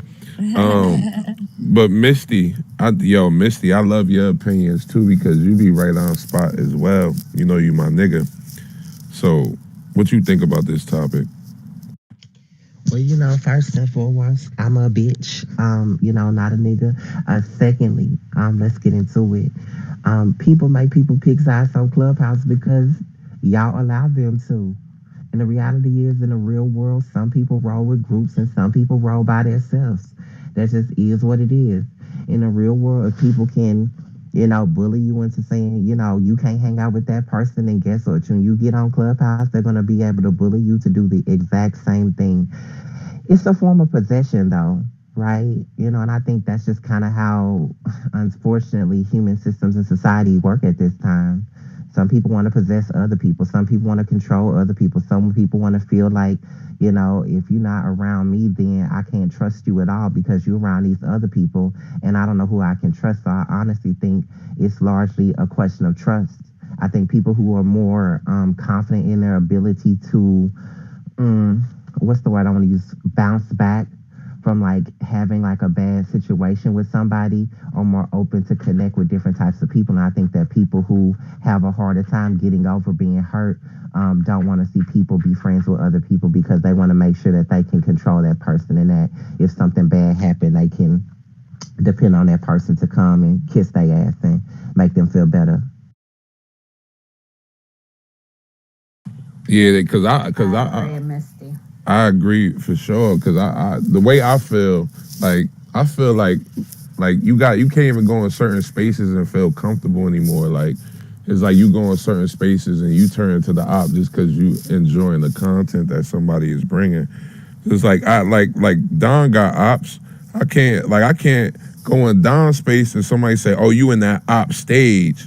Like, what if I just like Don content? What if I just like what he bringing to the table? I can't go enjoy the content because you don't like him.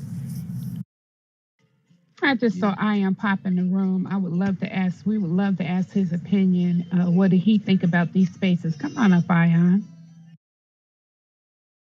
Well, while y'all wait on that, because they may or may not do that, my thing is this. I think that, it's been interesting. I think even people will come into your space, and if they don't like people from certain identity groups and certain places in the world, they'll ask you to remove those people or expect to get treated with priority over those people too. So it's just the way people identify, and I think a lot of times people take that identification and they try to project it onto other people. So they say, you know what, I want to have mostly black spaces. So, if they come into Misty space, they're like, wait, who the fuck are all these people who non-black and non-American? I don't want to, be in this space with these people. But if they feel like they're close to me, then they might say, you know what, Misty, like I need you to choose these people over me. And I'm gonna choose myself first. So, I'm gonna be wherever the fuck I wanna be. And if y'all don't like it, then just move around. But people need to move around more instead of expecting other people to move like them. We gonna all move different. We all got different objectives in life, and y'all need to follow y'all own objectives to the end of your fucking yellow brick road. Cause I'm gonna follow my objectives to the end of my yellow brick road.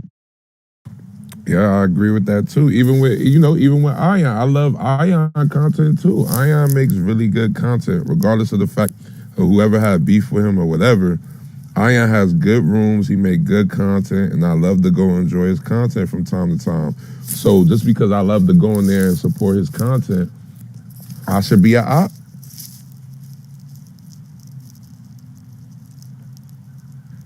Quick question. That was a question too. How can you be an op on an app? I'm new to this. Yeah, this is weird. There's gang members on social media now, and there's ops on Clubhouse. No, believe me, I went through the same thing you're going through right now, because in real life, an op, it's an op. Like, it's on site. But obviously on Clubhouse, I think when they say op, they mean, oh, we're just not going to like you and talk about you and like dox you and stuff. But it's not real op behavior, because op means something else in real life. Real quick, another quick question. I keep hearing the word dox. What does that mean? And PTR. That means that they go and they find out your real name, your birthday, where you live. They call your family members.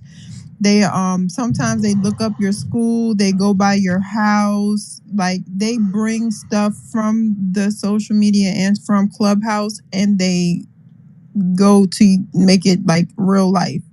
They give people your real information. I'll say kind of give another situation when it comes to that, because doxing, because really honestly it has to be private. It has to be self-identifying information that's not readily available to the public. So that could be a whole host of things, because we didn't trust me, we didn't had this argument a whole bunch of times on this fucking app about what doxing actually means. But if it's somebody information like their social security number, their address, their telephone number, certain shit like that, that is it. But the name thing is kind of like, because I mean, if somebody is connected to your Facebook and you put your information out there, that's technically public information. Well, I guess if it's that serious, then shit, do your worst. Not saying to you guys, I'm just saying, like, it's not that serious. I mean, you would think it ain't that serious, bro. But like I said earlier, it had been some real life, RIPs on here too. There's some people that was on here last year that ain't alive and ain't on here no more. So you got to be careful who you mix and mingle with on here, because some people are just a voice, some people ain't playing. You know what I'm saying? Like, it's some very tech savvy people on here, so you got to be careful who you just popping your shit to and talking that shit to, because it all can be traced back. You know what I'm saying? Don't think you just on the app talking and ain't nobody paying attention. Like that would be a mistake. Some people come on here dedicated, riding on their high horse, and there's some people on here dedicated to knocking you off that motherfucker too. You just gotta know where you at on this app. Real talk. And that's when I say, when people say, oh, this is just an app. No, you can't say this is just an app, because you treat people with disrespect. And a lot of times, one thing I really don't like is when people call disrespect trolling. This is a totally different thing, bro. You can't disrespect someone and then when they react say, oh, I was just trolling. And then there's some people that are on this app that, just go around the app, enjoy things, and then you disrespect them But when they dox you and pull up at your house, you don't know why, because they crazy. Like, you gotta really understand that you're dealing with mixed nuts when you're on any kind of social media platform. You know, what is a trail mix? You know, you don't know what's a cherry and you don't know what's a nut. Like, you just really gotta try to be humble as you can, you know, and also Dear you just Lord. you dear Lord. And it's just I that mean, you brand new to the app too, L. Like, so I mean, you got to give it some time to really understand. Yeah, I'm picking up what you're putting down. Pardon me, brother. This is it ain't concerning. It's just it's odd that I got to look at an app now like the streets.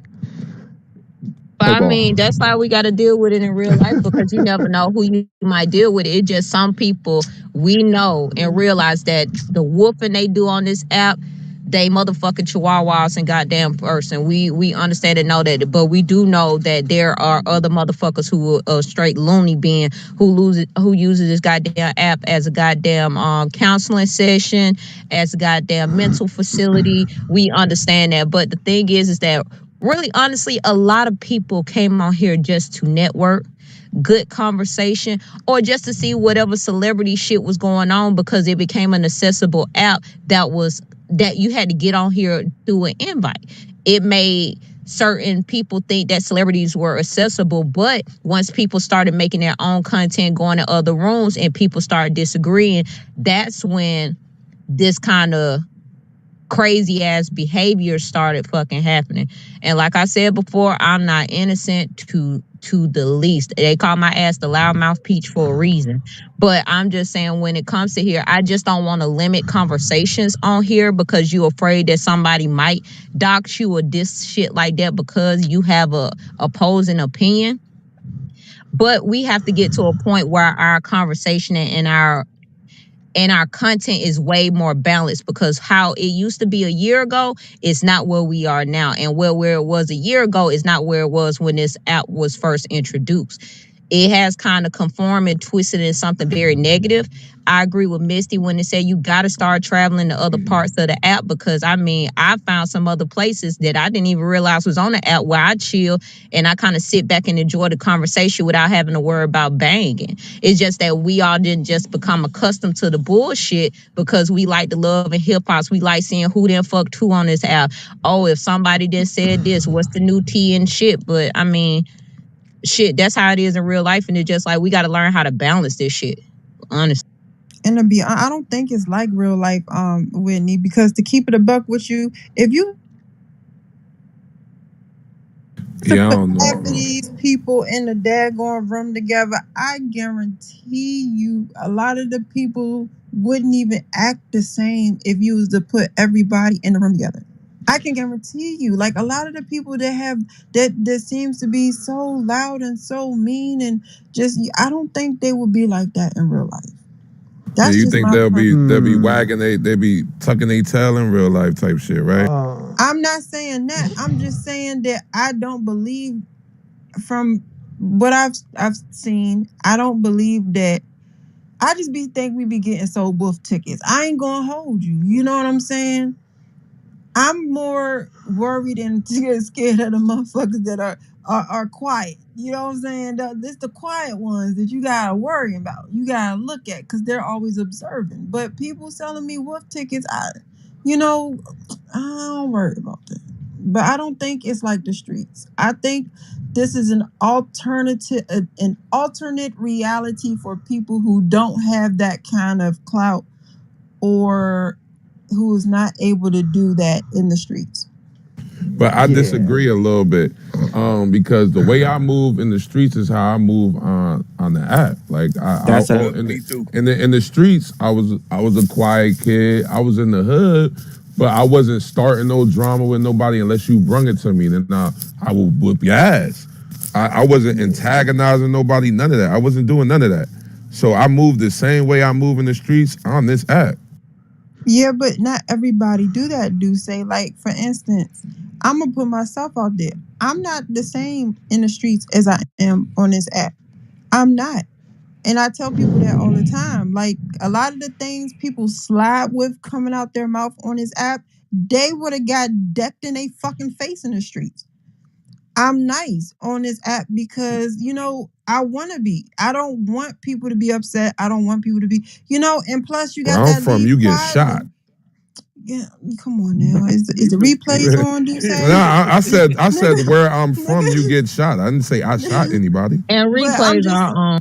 the thing is that it's a leave quietly button on Clubhouse. You understand? You're not in my face. So I can leave quietly. You know what I'm saying? And I try to give people as much respect possible because that's what I would like in return. And I really do that in real life. But in real life, that leave quietly button ain't there. So you're might have to go to sleep quietly. So it's like, No, you can leave quietly in real Nah, life. you can leave quietly in yeah. real life. But like I said, I'm not the same in real life as I am on this app. But it's just that a lot of people just aren't the same. And some people are work in progress. So it's like I don't equate this to but what I do equate to the streets is if you a snake on here, I I guarantee that you have to be a snake in real life.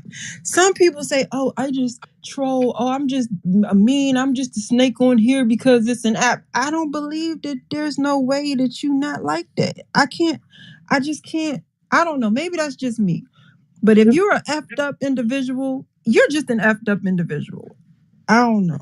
I can agree with that because I feel like some people put on characters on this app, but then there's some people who are like genuinely just twisted in the head and shit like that, and that's when your discernment for people and what you deal with comes into fucking play. But to Aurelius that said in the comments that people don't argue in real life, I think people do have disagreements in real life. It's just the thing is that we're on the app. When you're talking to somebody and you have a disagreement and it turns into an argument, you're not seeing somebody's body. You're not seeing somebody's kind of like shit. What am I looking for? You're not seeing their expressions on their face. You're not seeing their body movements. You're not able to portray what this person is coming to you. Because what you might feel is disrespect is somebody just making a comment. So that's why I feel like a lot of shit go awry on here is because you don't understand somebody's intentions in their words more so than you can in person. Like if you having a conversation, you call somebody a bitch and you joke, and somebody might be able to get that, but on this app, you can't figure that out. These bitches do be having fucked up intentions. I think that the thing that social media does, it just gives people a certain boldness about their opinion. I think these people do have these opinions. I think they do be feeling how they feel. I just think that they're more bold about it. Like, we be at the fucking, like, think about it like this, right? When you go to banks and you taking money out, when you go to Walmart, when you go anywhere and you see white people, they could be fucking racist. Like, they may not be bold and upfront about it, but they don't fucking like you. That don't change, like, how they feel. I just think that when you can't see people, it gives them, when you can't touch people, it gives them a certain boldness to feel like they can say what the fuck they want to say. But this is really how people feel, though. Don't get that part fucked up. These people walk, yo, when I got on this app, I would have never expected some of these people to have rape charges, pedophilia charges, DV charges. It's like you would fucking never expect it. So it's just like they walk among us. I can't be what I'm already is. Like, I can't fake it. I can't. I gotta be my natural, normal self. Like, period. Regardless wherever I'm at, even on this app, I can't do it. Dusse, why is it 2022 and you got the Soldier Boy eyebrow slits? Nah. That's not a slit. I got cut in my eyebrow when I was younger, so that's me. I never slit my eyebrow at all. I got a scar right there. That's a natural scar. See, that's naturally being me. That's that's a scar on my eyebrow. That's not no cut. It's a scar. I think people just go to hell for having numbers in their room. They know drama. They're turning content. They're turning drama into content. And drama brings numbers in their room from what I'm seeing on this app. And as long as they have those numbers in their room, they're good. It's like a power struggle. And they don't care at what cost it may be to somebody else and their family. They don't care. They're just going to do what they want to do because all they care about is the freaking numbers in their room and staying at the top of the hallway. This is what I'm seeing. Yeah, they had no problem putting on the show. A lot of us, I guess as they say, season ones are veterans. We always end up saying we may not agree on everything, but we agree that this space changed when they opened it up to the public. Right? It was a lot more calm, a lot more conversations, a lot less bumping heads. As soon as this started going viral on YouTube and other places, and they opened it up to the public, that's when the bullshit arrived. So a lot of the people that be doing all the shit, thank y'all. Y'all brought it with you. Yo, that's crazy. not they brung the negative energy with them is crazy. Hey, look, is this to keep it real space? You know how I do say. You know what I'm saying? You remember how it was prior. I mean, you got celebrities who used to sit here and chop it up like we doing now that won't even come on the app anymore because of all the bullshit from the people who think everybody is lying, thinks everybody ain't got nothing going, who thinks all the bullshit. So it didn't become a very, once it went public, you got public drama that came with it. I'm going to keep it That is fucking horrible. And on It's the the truth. On the flip coin, people actually go in rooms and start drama in order to get their numbers up, to get their following up. I feel that's basically what majority of this app is. If you're having interesting content, if you're having personal conversations about health, well-being, and business, you don't get those numbers in your room. Yeah, you don't get numbers at all. You don't get those numbers. But let you start banging with somebody. Let you start banging with another top creator. Let you start banging with somebody who their numbers start popping on the app. Look what kind of numbers you get. And you become the king and the queen of the hallways. And then you stick your chest out saying, okay, see, I got numbers in my room. That's majority of what I hear. The numbers, the numbers, the numbers. What about the serious content? What about some of the very intellectual conversations that people have with individuals on this particular app? What about some of the life journeys that people have been through and they're sharing their experiences with other people on this app?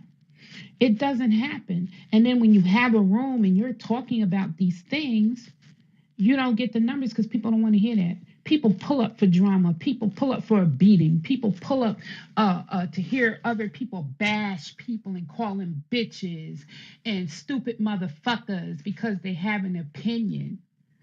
Why is the fact that going to hell brings numbers in the hallway into your room, and you'll go to hell just for numbers in your room? Because negativity is more it brings more attention than positivity. You could have a room saying everybody let's donate to the and 3 people will show up, or you could say so and so mama just got in a fight off of so and so, and then you'll have 1,000 people in the room. So people be attracted to the bullshit too. They come right to it. You know what I'm saying? Drama sells in real life, so I didn't expect it to change on this. Yeah, sometimes I'm sorry. Go ahead. That's what I was getting ready to say. In the street, when a fight pursues, you see 50 people roll up to that fight with their cameras out. And within 2.5 seconds, you'll see it on social media in order to get numbers. You'll see them go live in order to get numbers on their live feed all the time. So this app is really no different than what goes on in the street every single day. So and look, put it like this: it's drama. It's always going to be drama in your life, even in real life. So the drama, it's all right to have a little drama, a little toxicity sometimes. It's okay, but it's got to be a balance between it, though. It can't be drama all the time. Yeah, but there is no You're right, but there is no balance. You can't control how somebody responds. So where do you get the balance from? You can't control how people respond to drama if you're the one that's starting it. You can't control it. You know, people don't have a meter. They go to hell. Yeah, we need. I feel like we just need more content creators who would just like thug it out and just have them rooms open, because some people, like me personally, I like to listen to the brains, I laugh and stuff like that, but I wish that there was a space that we could come and decompress and have conversations like this right now. You know what I mean? It is a space. You in it right now. Yeah. I want to point this out though. Real shit though, y'all. This app and these people, I feel like it's easier said than fucking done, because guess what? People will fucking take you there on this app. Like, I'm not gonna lie, I've said a lot of shit that I've had to go back and be like, damn, Donna, you know that was fucked up. But it'd be like motherfuckers there, the provoking, the instigating, the clout chasing, all that little metaverse shit that y'all bitches do will really get people out of their fucking body. So I mean, violent, but sometimes that shit is warranted. I have actually seen some rooms. Some of Don rooms are he's dropping gems and information. He's dropping business things 101, business 101. Crenshaw District. We have serious topics in the Crenshaw District. It be people that show up when we do rooms like that. Yeah, even though some people feel the way they feel about Wack, and I understand it, you know, he has two sides to him. But if you ever sat in some of Wack's rooms and you hear the business gems that he drop about creating business and how he started and moves that you need to make, I mean, there's quite a few rooms on here that drop business 101. You know, and people want to grow their business. There's many people on here that have businesses going. There's gems in each rooms. You have to sit in the room and listen to it. And if it's drama and you don't want to hear the drama, up top right, leave quietly. They dropping the gems. They don't be really wanting, because the drama rooms do bigger numbers 9 times out of 10 than the business rooms. They don't really want to learn. They want to come up here and pack people up, and vice versa. The numbers tell. You could tell by the numbers. And that's It's exactly entertainment. what I said, where people like the drama rooms. We all like entertainment. Yeah, I sit in the room sometime and I listen to it. It's funny to me. But also I know how to leave the room and go to another room. Be the change. But I feel like seek. people have used this as a alternative to TV. People seeing like I think it's different because the audience sees everything that's going on. They have literally been a party to this soap opera that is Clubhouse. They know who's beefing with who's arguing with what. They have a surprise going on and things like that. But when it comes to the different intellectual rooms, I held a space that was called Spectrum Sundays, where it was really, really intellectual. Different families and different medical professionals, different teachers and stuff was there to be able to give information. That wasn't one of my biggest rooms. One of my biggest rooms, where I had over 1,000 plus people in the room, was a drama room. When I was a part of the suites, we used to have Good Morning Clubhouse, and Naika, if she's still on the stage, can contest to that, where we had good topics during the week. Those were not our biggest rooms. Our biggest room was Monday, which a lot of people would start acting up on Sundays, having all the drama and shit like that, arguing with somebody to be on the recap. On the next day, you see that stuff now with the clip cap, with the other different recap rooms. There used to be people who want to kind of be noticed. They want to be able to be the center of attention. Folks are tired of doing the intellectual spin-offs. They feel like if they are not the ones who can be able to articulate how they feel in their verbiage and their words, and they feel like they're going to get embarrassed, what's the best thing to do? Derail a room, tell somebody F you, and then start a room in a rant room. That's basically what it is. It's gone away from people like shit. Ain't nobody gonna show up in my room with this information I really want to give. That's why I got to give shout out to the content creators who have been able to get good ass spaces and chill spaces. Dusse, Eclectic with Kobe, who else? It's a few other content creators who just do things. It's an NFL barbershop room with just men right now. They count down the games that's going on. It just have to be open to it. But problem is that we all are nosy motherfuckers who want to know what the drama is going on. So we gonna pile in. I don't care if it's a person we can't stand. We can like, I can't stand that bitch. I can't stand that nigga. But let me see what's going on in here. They getting their ass packed up. Yeah, they getting packed up. Oh, that was funny. Yeah, I gotta admit that was funny. But I still don't like that motherfucker. And I want to watch him get packed up. That's what it is. Hey, you know, real quick, you can't underestimate, for anybody that's new on here, the power of creating your own space. You can always start your own room as well. And I think people underestimate that. Like, I'm a musician personally, so a lot of the rooms I'm in are music based. I remember I did a room where I was just DJing, playing music, and about 150 people came in and out of that room. I ended up playing music for damn near 5-6 hours, and it was no talking, just straight music playing. And people came in. I didn't think wasn't nobody gonna come in. I really made it for myself.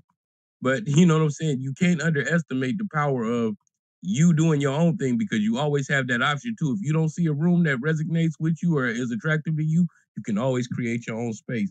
So it's just how you utilize this app. It's not all negative.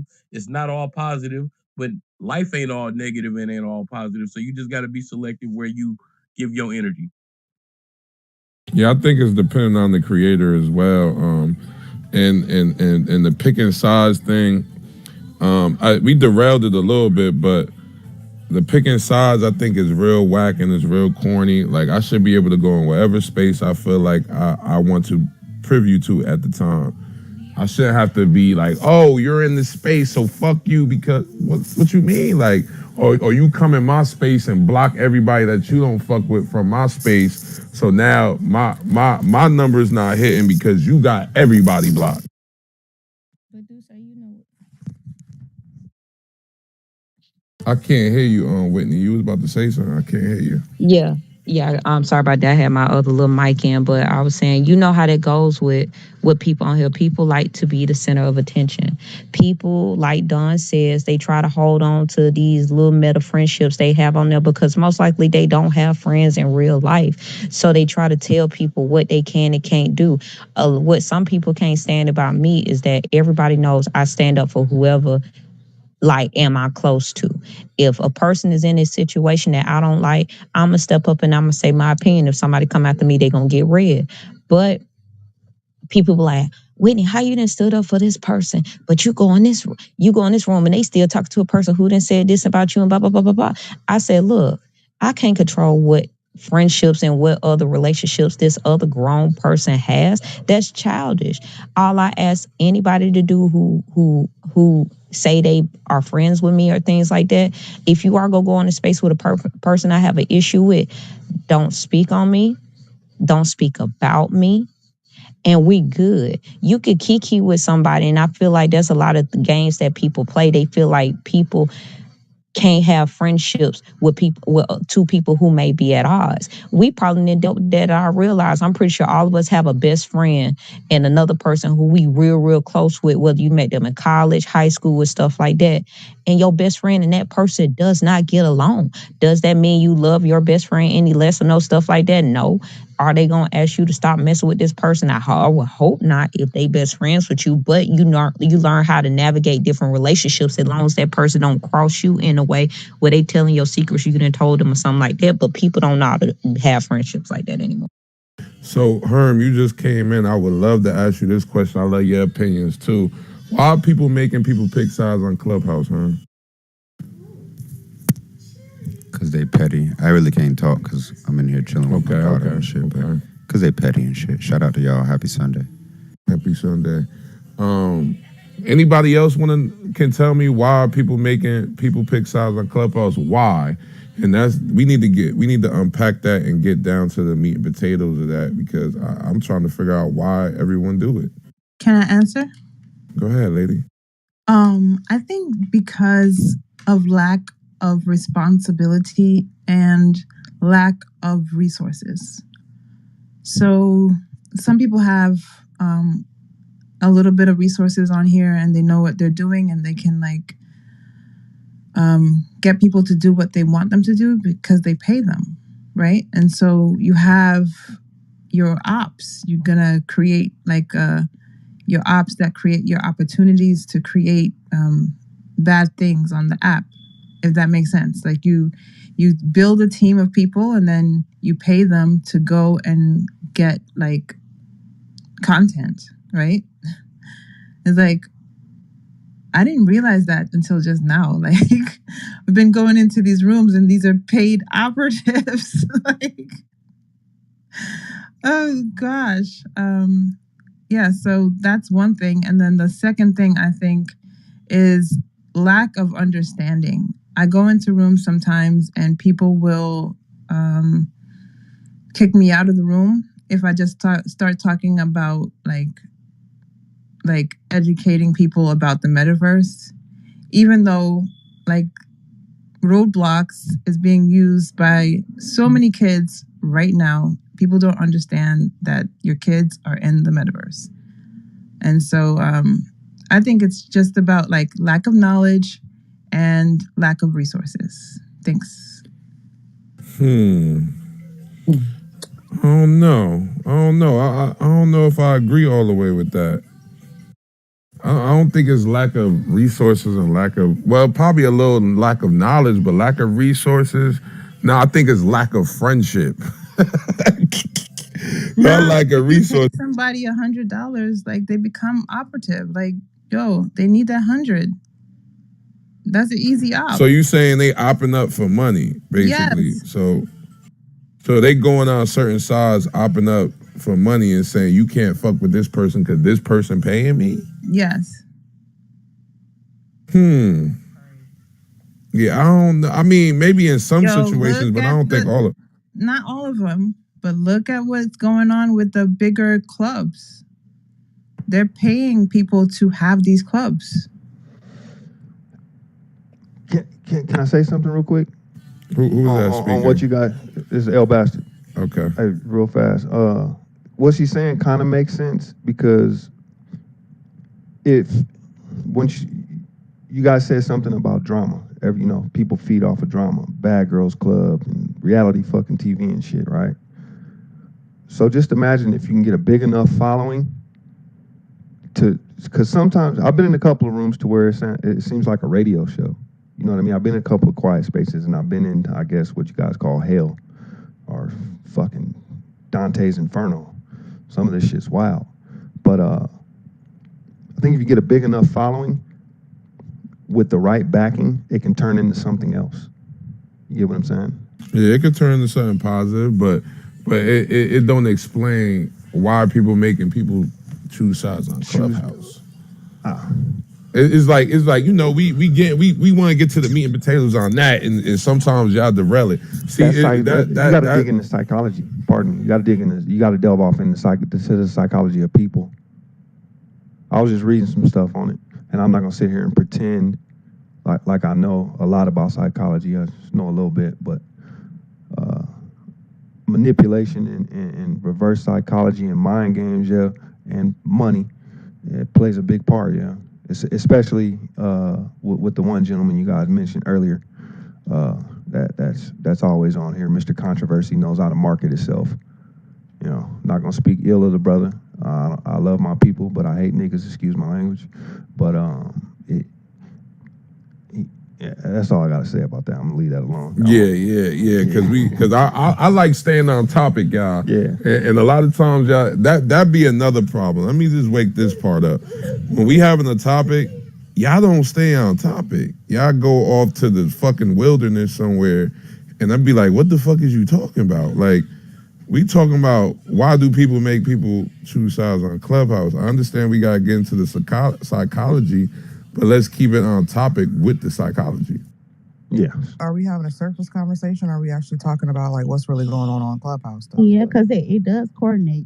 Yeah, it does go with what we're talking about. All right, so explain it, Tangent. I mean, I don't want to explain somebody else's point. He had a point that he was making. I mean, and he was going off my point, like the psychology of like creating ops so that you can make more money and create a business around your environment. Yeah, it's a tactic. Yeah, no, I do agree. I do agree to some extent, but it's not happening. Like everybody don't even got the money to pay everybody. Let's just keep it real. There's only a few people that's up here that got enough money to be paying people to pick sides. Let's keep it real. Everybody don't got the bread like that.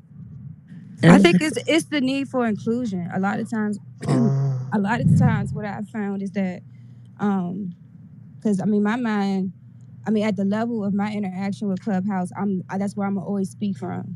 So just from my observations, and I've been on here damn near 2 years, but people, their egos get fed off of this. You know what I'm saying? Like people become larger than life. I mean, and that's not a knock on people who really did build a following from, you know what I'm saying, genuine, impactful influence. But, you know, again, speaking to the topic, you know, it becomes a dangerous drug in a sense when it becomes this competitive thing, or when people do start to feel like it's about who's the fastest, who has the biggest rooms, or, you know what I'm saying, whatever the case may be.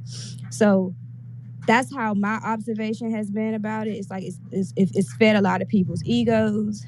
Even like you said, if people aren't getting actual monetary payments, people clout chase, or people get popular, or now niggas who never could get females to pay attention to them, they feel like they getting some attention, and vice versa. So there's a lot of ways in which people have used the app.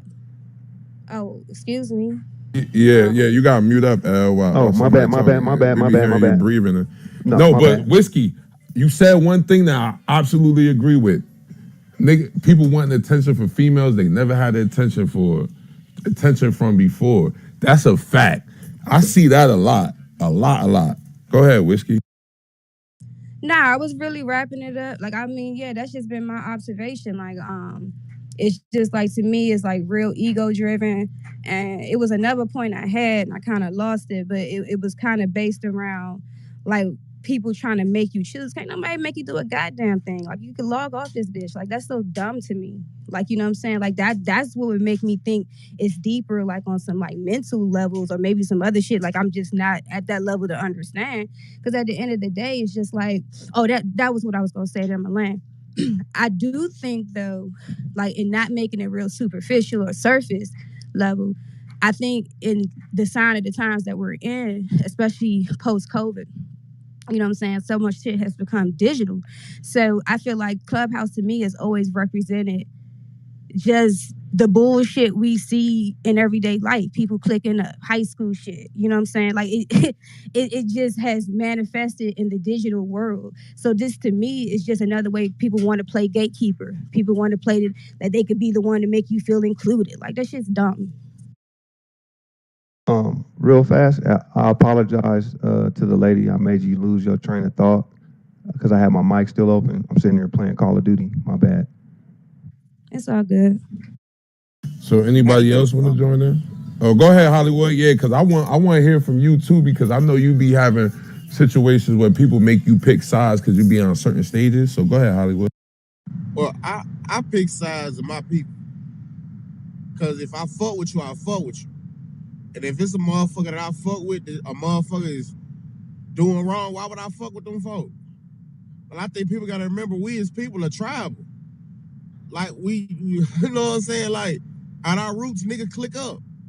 So if it's fuck the other side, it need to be fuck the other side. You know what I'm saying? And I feel like a lot of times people show fake loyalty so much because they just want to be cool with everybody.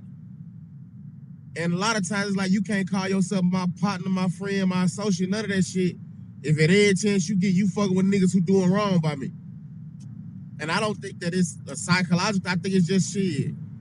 What everybody does. Like Shawty said, in high school, niggas had cliques, and it's always been a crew of niggas you kicked it with at every level of whatever you been at in your age. You know what I'm saying? Like, if you got a partner right now, are you telling me you gonna be just going over here to these folks shit because they funny and they talking bad about your people, and you not gonna say shit? You gonna sit there and laugh with everybody else about your folks? So I think when you really look at it, it's like it's really a little bit of everything. You know what I'm saying? But at its smallest form, it's that shit. If it's fuck my peoples, niggas, fuck you. And I don't think that there's nothing wrong with that, because at the end of the day, why should I be cool with you if you don't fuck with my folks? Especially if you the reason why my folks don't fuck with you, because you the fuck person. But I think, hey man, to each his own. I think everybody should feel how they feel about it. But if I fuck with you, I ain't fucking with niggas who don't fuck with you. Because to me, there's something wrong with that. But that's just me. You said we are tribal people, so I think we should move back into like solutions for this as well. Dusse, what do you think?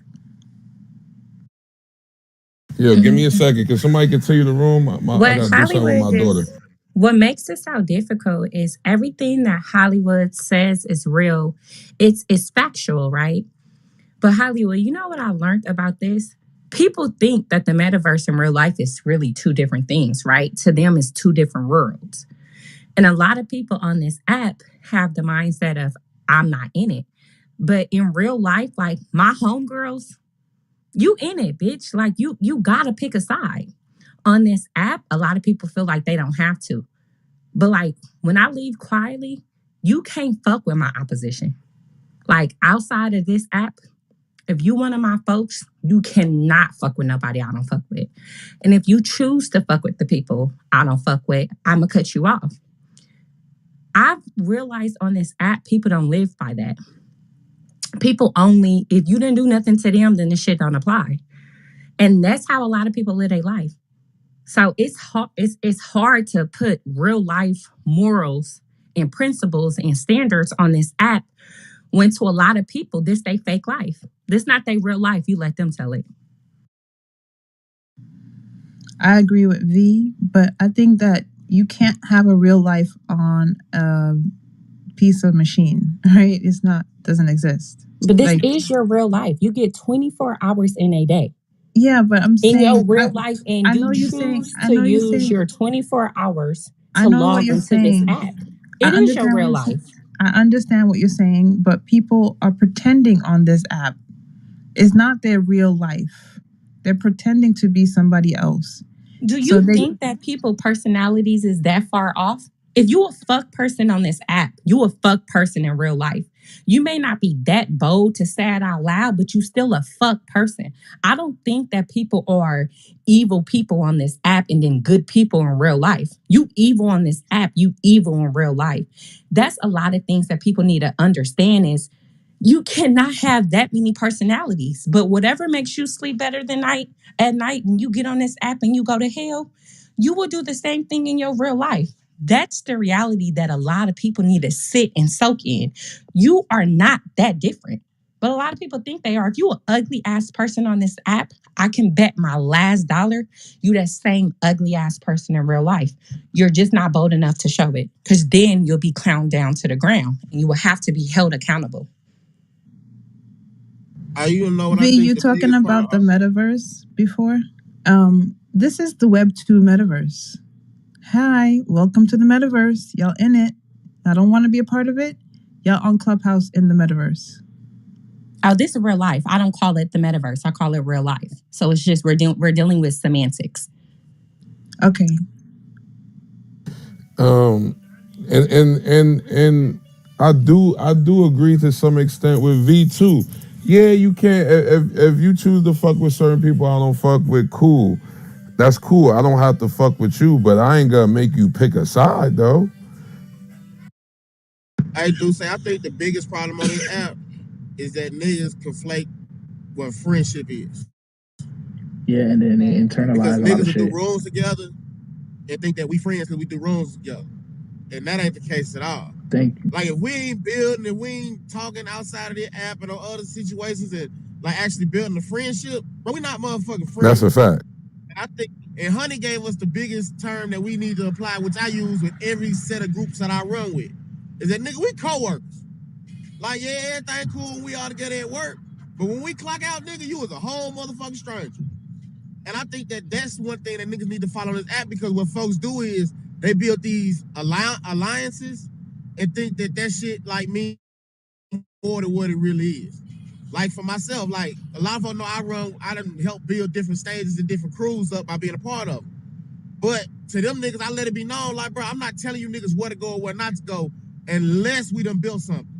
Like if I call you my nigga and we chopping it up off the app, you know my family and everything like that, then I expect some type of loyalty from you.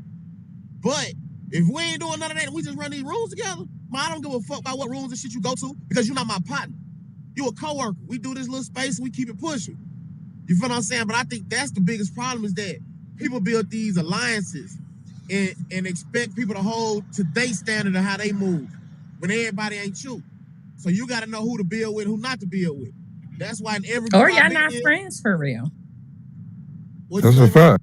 If you got to make some, when it comes to this title, when it's time to pick a side on this app, if somebody got on this app and talked about my child, and me and you been buddy and in community and in proximity, and you turn around and you start hanging out with the same person that talked about my child, consider your ass grass like everybody else. You don't get to say, but we're friends, but this is the metaverse. Bullshit. That's why I make people stand on real shit. The people who I quote unquote call a friend on this app, you don't get to play that metaverse shit with me. Real life is real life, on the phone and off the phone. Moral compass is moral compass, on the phone and off the phone. So and when it's time to pick this, a lot of y'all be disappointed because when you expect your folks to pick a side and they choose the opposite side, that's the only thing you need to know. Keep it the fuck lit because they just showed you what side of moral compass they just stood on. Hey V, See the shit. can I say something real quick, Dusse?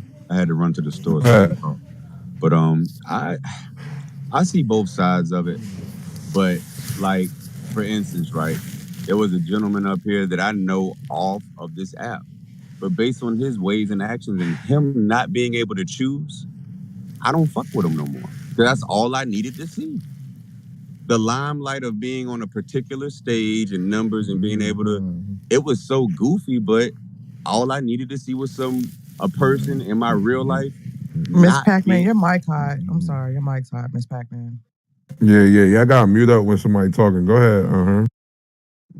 Nah, but all I needed to do was see someone's discernment and see that I feel like that's just some whack discernment. And because they couldn't make the discernment for me, I just moved to the side and I don't fuck with them. So I do agree with V, but that's different because I know that person in real life, right? And if it was important enough for them to be around people that they clearly see that I don't fuck with and they do little petty shit to talk about me and my family, like, yeah, you fucked up. You know what I mean? But like, so I understand what V is saying, but I haven't met anybody off the metaverse like that because we're all strangers. So, I mean, I see both sides of it. So y'all don't hold, and that's where the world get tricky, huh? Because even with strangers, people we don't know, y'all, I expect everyday people, and maybe that's where I fuck up at. But just even with day-to-day activity, we deal with strangers every single day. You expect somebody to stand on business and to stand on a moral compass. Or that's just me. You just expect yourself to stand on business. You know what, V? I never told them to make a choice. I just watched them. Then it got to a point where their choices fuck with them because I'll never forget they got on the stage and B. James, because I use names. I don't play politics, right? Call me the Kanye of this app. I'll be the one that's not afraid to say names. That was the worst thing that they could have ever did was let a boy from Canada get on the stage and say that I touched my daughters. And then Q came off the mic, was like, oh, Herm, don't let me find out you over there touching my nieces. I'm like, why would he? And when I told real people that we know in real life what he said in the metaverse, they was like, that's the goofiest shit ever. And I couldn't let that shit slide. I don't fuck with him. But it was because he couldn't make the choice a long time ago. And I told him, I was like, yo, it looks kind of goofy. You up there, up under niggas that you clearly see I don't fuck with. But meanwhile, you say, I'm your cousin, and I brought you to the app. It was the weirdest shit ever, but that's how this metaverse will show you who the fuck is who. You know what I mean? So to me, it was a good thing because it let me know, like, I could never have somebody like that around me that don't know how to differentiate the metaverse, that think this shit is real. That was just a bad choice. I would have never fucked with somebody off the meta. Look, let me let y'all know, as much as I fuck with y'all, if real people in my life, if it come between y'all and them, I'm going to always choose them. That's just common fucking sense. And if y'all don't have that type of common sense, you might need to take a break off this shit. And I Nah, wanted but to say something Herm, to what V. but Herm, Hello, can I go? Go ahead, Tanja, No, because wait. you ain't get a chance. Yeah, you ain't. No, hold on, Tanja, go ahead, because you ain't get a chance to speak. So what V was saying, I feel you, sis, because that's how I feel. Like if I bang with you and I fuck with you, and I've been fucking with you from day one on this app, and you got my personal number, and we chill, and then something gets back to me that I said to you, or something about, you know what I'm saying? It's just like I don't understand because y'all quick to say the metaverse. But y'all know we're operating the metaverse. Like we're the people behind the avatars. Like we're real people. I mean, other than the Bitcoin bots and all that stuff and the whatever bots they have on here. But yeah, we're real people. Like I've been hearing y'all voices for almost 2 years now. What are we really talking about when it comes to like not knowing who people are? Because I like the small rooms, so I have intimate conversations with people and get to know them on a different level. I don't do the whole theatrics and the big rooms and shit. I talk when I want to talk, but I'm trying to figure out where's the disconnect. Like, are we like just disassociating ourselves and saying that, hey, this is Clubhouse and it's not the real, or people are not showing who they really are? Because if you can sit there and cuss out somebody you never met before and just go to hell with them, and like you don't know what kind of day they're having, and then act like that's just not gonna bother somebody, like Tanja, they I'm just use it as a confused. way to People don't justify. care if it bothers you, Tanja. Why you No, think that, people care? but Herm, they use It's it. not my job for them to care. I don't give a fuck. It's used honestly, as a way to justify actions, right? Even as us as listeners, right? My friends would be like, "Girl, you still on that app?" Yeah, girl, it's just club. No, this ain't no just Clubhouse. I use my 24 hours that we are all given. I have the choice to read a book, watch TV, listen to music, and I make an executive decision in my real life to get on this real app and interact with real people.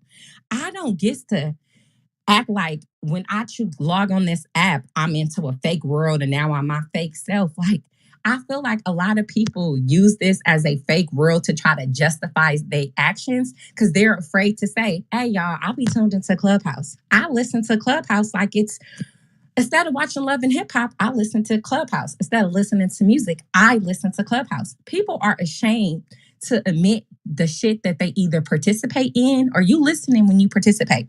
You're ashamed to tell your everyday people in your life that you make the executive decision as a human being to log onto this motherfucking app. And to make yourself feel better, you make it seem like you log into a fake world. When in reality, you log into a real world in your real life with your real 24 hours. Personality, okay? Your real real shitty everything. behavior. Hey, I let just me ask think y'all. that's what it is. Let me say this, and I'm gonna just say this for me, right? Because I've heard people on the app say, "How can you be on stages with people that said this? How can you?" Because to me, it's not real. Because I don't take to heart what people say, even the heinous things that they say about my children. That shit, like, even the shit that may irritate me, because that's why I troll the fuck out of people. And I get it out my system, and then I move on, because it's not serious. I know how to let go. I know how to let this shit not fuck my day up, my life up. I know how to sit here and not think about it too much. Like the Drake song, like, let this shit go. It's not real. You can now hear me all you want. Like today I had a room with you and I was trolling. And it was all because I thought y'all was fucking stupid. So I wanted to make a room to highlight it. And then I got a damn near 200 people in there and the recordings is on. And I got you to admit that Jimmy White said some dumb shit. Oh, and yeah, then I you got said you dumb and shit all the time, but and then I look, believe. and then I hold on, let me finish because you cutting me off. That's part of the problem. And then you were able to say that not only you say some dumb shit, and I was like, why didn't you say that in the room with him? Because and then I was getting back channels. Hold on, let me finish. That was rhetorical. You're still cutting me off. That was rhetorical. That's part of the problem. That's why I don't take this shit serious. You're not gonna Because I don't really give a fuck that you. Like, you're not gonna and now you using the word manipulation. I don't give a fuck that you call it manipulation. None of it's that real. You're not fooling nobody. And that's fine. And I can cuss you out right now and pray for you. Watch what I do right now. Watch this. Hold on, watch what I do. I'm gonna put your ass out the room. Too late, nigga. Too late. You should have taken the beam from me. I'm gonna show you how not serious this shit is. You see how I removed her from my... Ain't no come on, Herm. That's how I don't take this shit serious. She wanted to argue with me. She wanted to pass judgment. And I'm like, I will cuss you out and then pray for you because it's not that serious. It's not. And she just wanted to argue because to her it is. And now she can't have none of my energy. She can't debate with me. My replays are on. Go listen. That's all she want to do on this app is debate. Guess who she can't debate with right now? And she probably internalizing it. And we're going to move on. I'm on mute. You see how easy this shit is? At some point, you got to stop being a Scorpio, bro. No, because that shit is not, that's me. Listen, go back and please listen to my replays. Tanja, and specifically, I pointed out how full of shit she is. The lady crazy. She can't even stay on mute and let me finish a statement. That's that impulse control. Is she smart and brilliant? Yes. But I'm not going to sit here and deal with her issues. Bye. And let's move on. I think all of y'all are smart and brilliant. But I don't fucking deal with a whole bunch of, no. And I wouldn't deal with mine either. That's why I tell people, when I'm on my bullshit, send me to the goo. Kick me out the room. And Herm, I'm going to say this. You know how when you move that person out, and they be like, oh, this part of the topic too. Oh, you let this person move me out. How I let this person move you out. And that's going to be the next story. Oh, you let her. But she's going to internalize that out your room. She's going to internalize how I let a grown man move you. But it's only because she think this shit is real. Go to another room and start another make your own room. That's what I would have did. I would have made my own room and be like, damn. See, look, I got a text. That's a fact. Yeah, but hold on, Dougie. Read it. Hold on, her tell us all the time. She take it Don't seriously. get this nigga no bean if you don't want him to use it. That's a fact. And I just had a room. I gave her enough attention this morning. I highlighted so much shit. I've been begging her all morning to just let me finish the statement. And the point is, no, I take you away. I remove you away from my energy. Very quickly. The fact that you received the text, that means she's internalizing the app. That shit, she think this shit is real. And I didn't do a goddamn thing. This shit is not real. She need to just go chill out. Matter of fact, this how I'm gonna add insult to injury. I'm gonna put her out and then I'm gonna leave. That's really the fucked up, right? For me to put somebody out of the room and then I leave. Y'all enjoy this room. See y'all later. Hey, brother Dusse. Yeah. Let me ask you a question real quick. I'm just reading your thing you got up here, right? That nigga's a terrible Scorpio. I'm mad we got the same birthday. So why are people making people pick sides on club? Bro, this is human nature. This is what people do in life, dog. Like, in order for people to justify their BS, they need other people to agree with their BS. So that's why people do it, because it's like, if I'm on some bull, right, Dusse, and I say, Dusse, I'm on some BS. I need you to be on this BS with me. You be like, no, Darius, you on BS. I can't do that with you. But you don't rock with me like that? No, I don't rock with BS.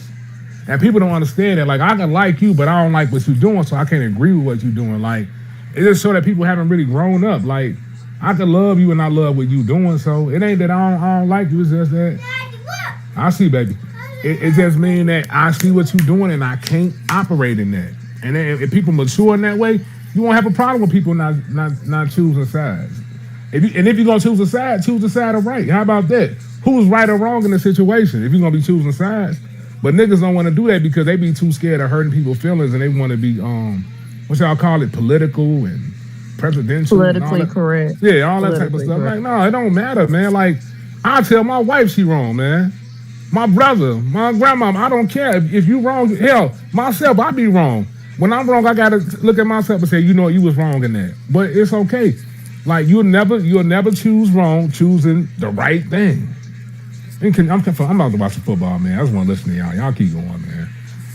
So I just came back to my phone. I was listening from the other side of the house, and basically what just happened had nothing to do with this topic. It had nothing to do with Club Dusse. It had something to do with what went on before this room even opened in another room. And I'm a little, I don't like the way it spilled over into this room when we're trying to talk about something completely different. I just want to say that. And that be the problem on this app too. Y'all bring stuff from other spaces into other people's spaces, like, and then that's called internalization. So they feel like they catching the op you feel like you're catching the op on the stage. Folks gonna take their opportunity. Yeah, but I also feel like we need to take accountability too when we mod up certain people as well in our spaces. That's correct too. What happened? We all do that. Anybody can mod whoever they want. It's their space. You can't tell people who to mod. Obviously, they have some type of rapport with that person, so they have enough respect to mod them. So I don't think it's not like the person probably did it maliciously. It's that's who they respected at the time, and that's what they have some type of rapport with. And I wasn't in this space. But when certain things Clearly, happen, you don't know. but when certain things also happen, you can't have much of a rebuttal on it either because that's what you allow in your space. And then I didn't know what happened in the previous space. Correct. You know what I'm saying? Yeah, you didn't know what happened. And I'm in my space.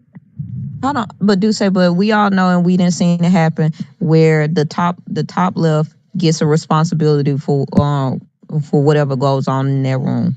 So it's like depending on how many mods you have, if you have somebody on stage that have a whole bunch of people blocked, if this person was able to remove this person down, who gets muted, who don't get muted, who get booted, who don't get booted. Everything falls on the person who is in the top left. That is never gonna change. Nah, man, and yeah, I understand what y'all saying, and that make people don't even want to don't mob nobody, don't have help. Now you can't mod people at all no more. It seems like now it's about to be like nobody get mod, nobody get this, nobody get that, because some people abuse the power of the mod. So some people don't even get the bean to mod. Some people just get a green bean just to get some recognition. They don't even know how to moderate a room, yet moderate their mouth. So that was my question, Dusse. Are you moderating based on your friendships with these people or with their ability to moderate a room? I moderate because like the people that's modded right now, I usually be in spaces with them, and some people I do mod because they show me love in their spaces, and they come to my spaces, I show them the same love in return. To each his own, you know what I'm saying? So yeah, that I do show love to people who show love to me.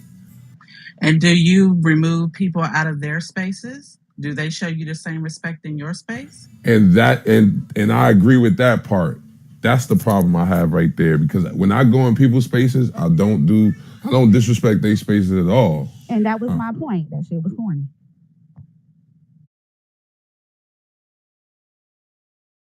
I show ultimate respect to, and y'all could contest to this. Like every single space I've been in, do y'all hear of Dusse disrespecting anybody's space? No. Mm-mm. Well, sweetheart, that's why I would tell you that's why you're being held accountable for her being removed out of this room. And do you feel like you took a side when it happened? Because no one told him that was wrong to do. Instead, they just talked about what happened.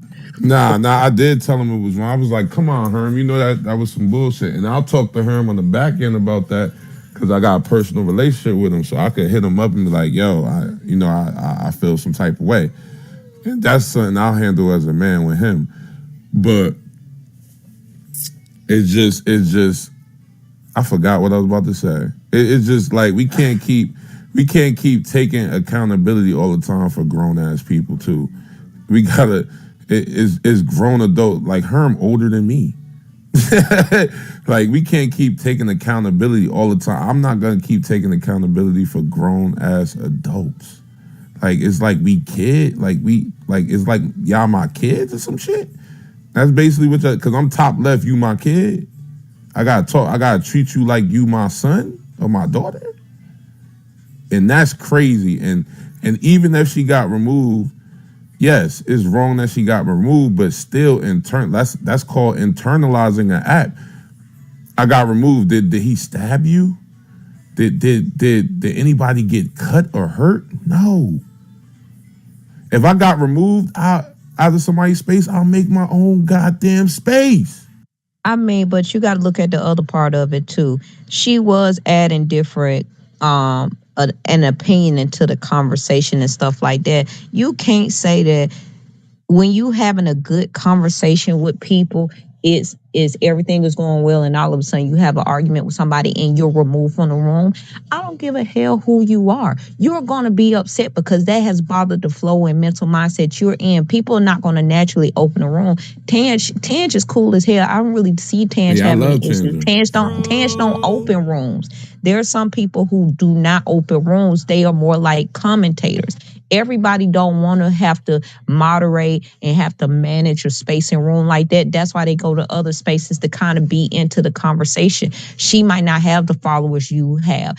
And then don't nobody want to compete with a whole nother room. You sit in a room tapping your fingernails against your phone, hoping that somebody will come in your room, and somewhat you'll have to explain what conversation you was just having, what point you was on. Now your mental frame where you were in that conversation is broken, and now you got to try to put it back where it was. That's crazy. So people do get mad when they remove from spaces. And I did talk to Tanja in the background. She know I ain't had nothing to do with it. She knows what it's about. Got removed by her. Yeah, she already know it was me and her just was texting each other. She know I ain't have nothing to do with it, so she not mad at me. She know that it was from the previous conversation in his room. To remove niggas, man. But I'ma talk to Herm about that personally though. And based on what people are saying in the chat, nobody wasn't saying that Tanja wasn't wrong for not waiting her time. She was definitely, wrong for that. However, she didn't deserve to be removed from the room. That was just childish as fuck, and that was internalizing the app, like y'all love to say. Yeah, I felt like he internalized it as well, and this is part of the topic. This has something to do with the topic. Like that nigga will be over something, or he'll claim to be over it, and then he'll bring it up a few months later and be like, "Oh, you thought I forgot about that pussy? I ain't forget about shit." And I don't know, that nigga really be holding on to shit for real. So I'm a little confused. When this happened, now everybody's saying it's just an app, but about 5 minutes ago, it was reality. This is real people having real conversation with real emotions. So is it reality or is it an app? People don't know how to agree to disagree on this app. Correct. And I think that's why nobody stepped in on it, because you would think with two adults, they would come to a consensus on a situation. You wouldn't necessarily have to step in, because we've seen when somebody then jumped into a situation before anything could get done, and it blows up even worse. It just so happened that this one unfortunately just kind of went somewhere else, and now we're talking about this situation of derailment instead of being on top of where we were before. And this happens in 95% of the rooms on the black side of Clubhouse. This very type of situation where there's a good room, a good vibe, everybody can have their own different opinions and stuff. We've had people with different opinions on this stage, and nothing has gone awry. But because it was something that happened in another room, and contentions are still kind of high, and something got sparked, here we are here. Now we away from the whole conversation we didn't have before. But I still feel like everybody still have personal feelings on an application. I said before earlier, words hurt. I think the issue is that the problem that most people on this app does not understand, that a lot of people are insulting people's intelligence. And I can't understand why people cannot have a grown conversation with agreeing to disagree. Everyone's not going to always agree.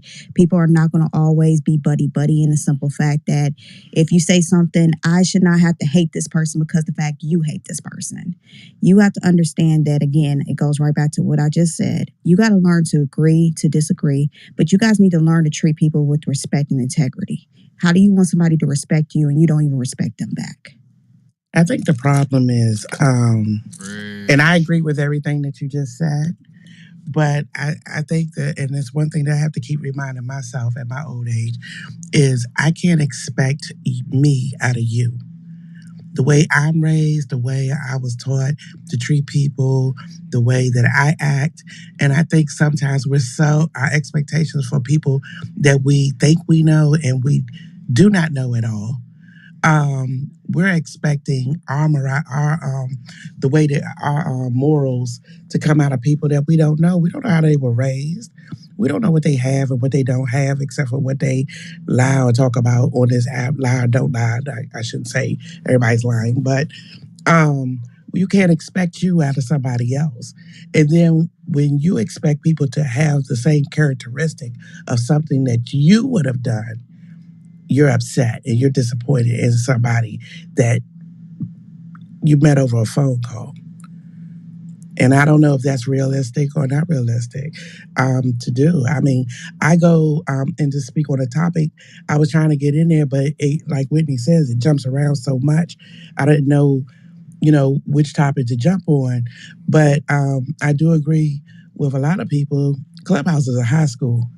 It's a high school. It's a rival high school. It's the cool kids table. It's this, that, and the other. My personality, a lot of people who actually just know my bubble or something, I stay in the goo. I get pulled up on stage. I talk who I want to talk to, and I don't. I talk in Dusse's rooms, and he knows that this is one of the only rooms that I actually talk in. I talk in Misty's room. Otherwise, I'm just listening and I'm observing. And I feel comfortable here. Dusse's room is like a safe room to me. If anything goes awry, I just be like, oh God, what's going on? But there are people that I follow for certain content. There's some people I like the way that they handle themselves, the way that they carry themselves. I follow Keita. I follow Whitney J. They don't know me. They might have seen my bubble around, like in the hallway or on a stage or two, but I've never really had a conversation with them. And I also hang out with what I've learned, the ops. I've had people block me because I had an ops PTR up. I can do what the fuck I want to do. I can go where I want to go. I can talk to who I want to. I'm an adult. I can have, but what I don't do is I don't talk about Whitney J to somebody that I know that I've been on another stage with about her. I don't do, that's what I don't do. That's, I can go on any stage I want to. I can sit up there and Whitney, I'm sorry, I'm using you as an example. It's just you were the last person to speak. No, you good. You good. I don't care about that. Okay, thank you.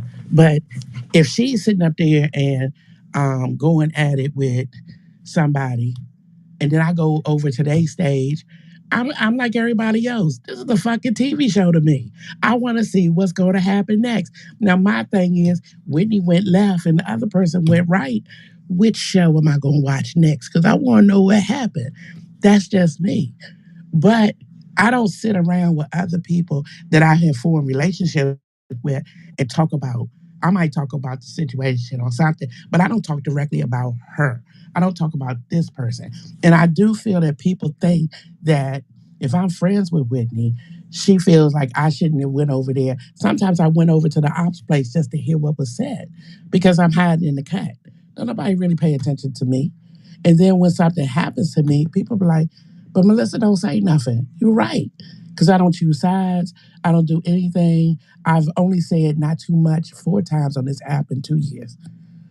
And I just felt like it was wrong. I don't agree with everybody. I don't disagree. But because I'm not a banger, I just choose to, I know my place. I don't jump in where I don't fit in. I am one of those people who are very quiet. I'm very nice. Keita, happy birthday. I'm a Scorpio too. And we're petty. We're very nice people until we're not. And when I'm not, I've only banged on this app one time and it made me sick internally. I don't have the oxygen, and I'll land. I don't have the energy to do that, but I have the energy to watch and be entertained. That's it. So to me, Clubhouse is a high school. Faucet with Russia that could petition for her release. And I think that if we do not get real mad about this, she's probably going to be over there for 9 years. And, you can talk about voting and all of this and that, but that's why you have ambassadors and things like that that are supposed to keep, relationships intact. He's being invaded right now, so he's vulnerable. He can't stand any more militarized pressure. So that's why I say, if you got 5,000 civilians over there that are American, that could get really ugly. People are afraid of World War III, but I don't really see the things that are happening in America any different from what goes on in countries that are at war. It's just different. Like, we've been at war and she's a pawn. And if we don't speak out now more than ever, she's not going to be the only pawn. And y'all gonna be remembering, oh, P. Moses said that on this app. It's not gonna just be in Russia. People are gonna be detained. America has been detaining people who come into this country that weren't natively born, but they just left to go somewhere, just like Brittany, over there in what is it in Texas airport, the George Bush Airport. I've gotten several calls from people who are Haitian and, maybe not born in America but have been here their whole life.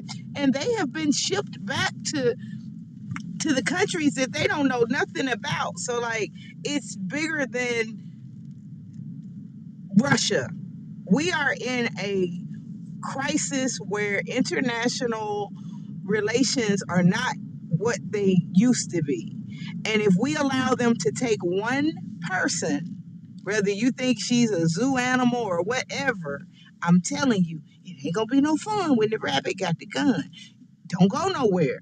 And then if you do go somewhere and you can't get back like Brittany, don't be saying that I'm overreacting, because I see into the future and I see her being the first one that they do like this. But there are going to be many more to come, and it's not just going to be Russia. If we let Russia get away with it, any other country going to think that they can kidnap an American, whether she's black or not. And I'm going to say this. I want everybody on here to Google Eliza Fletcher. She was a white billionaire that was killed here in Memphis.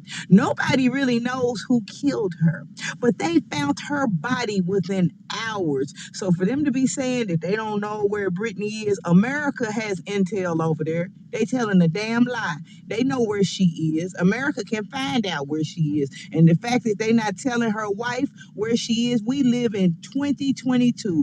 Everybody on this phone, if they want to know where we are, they know where we are.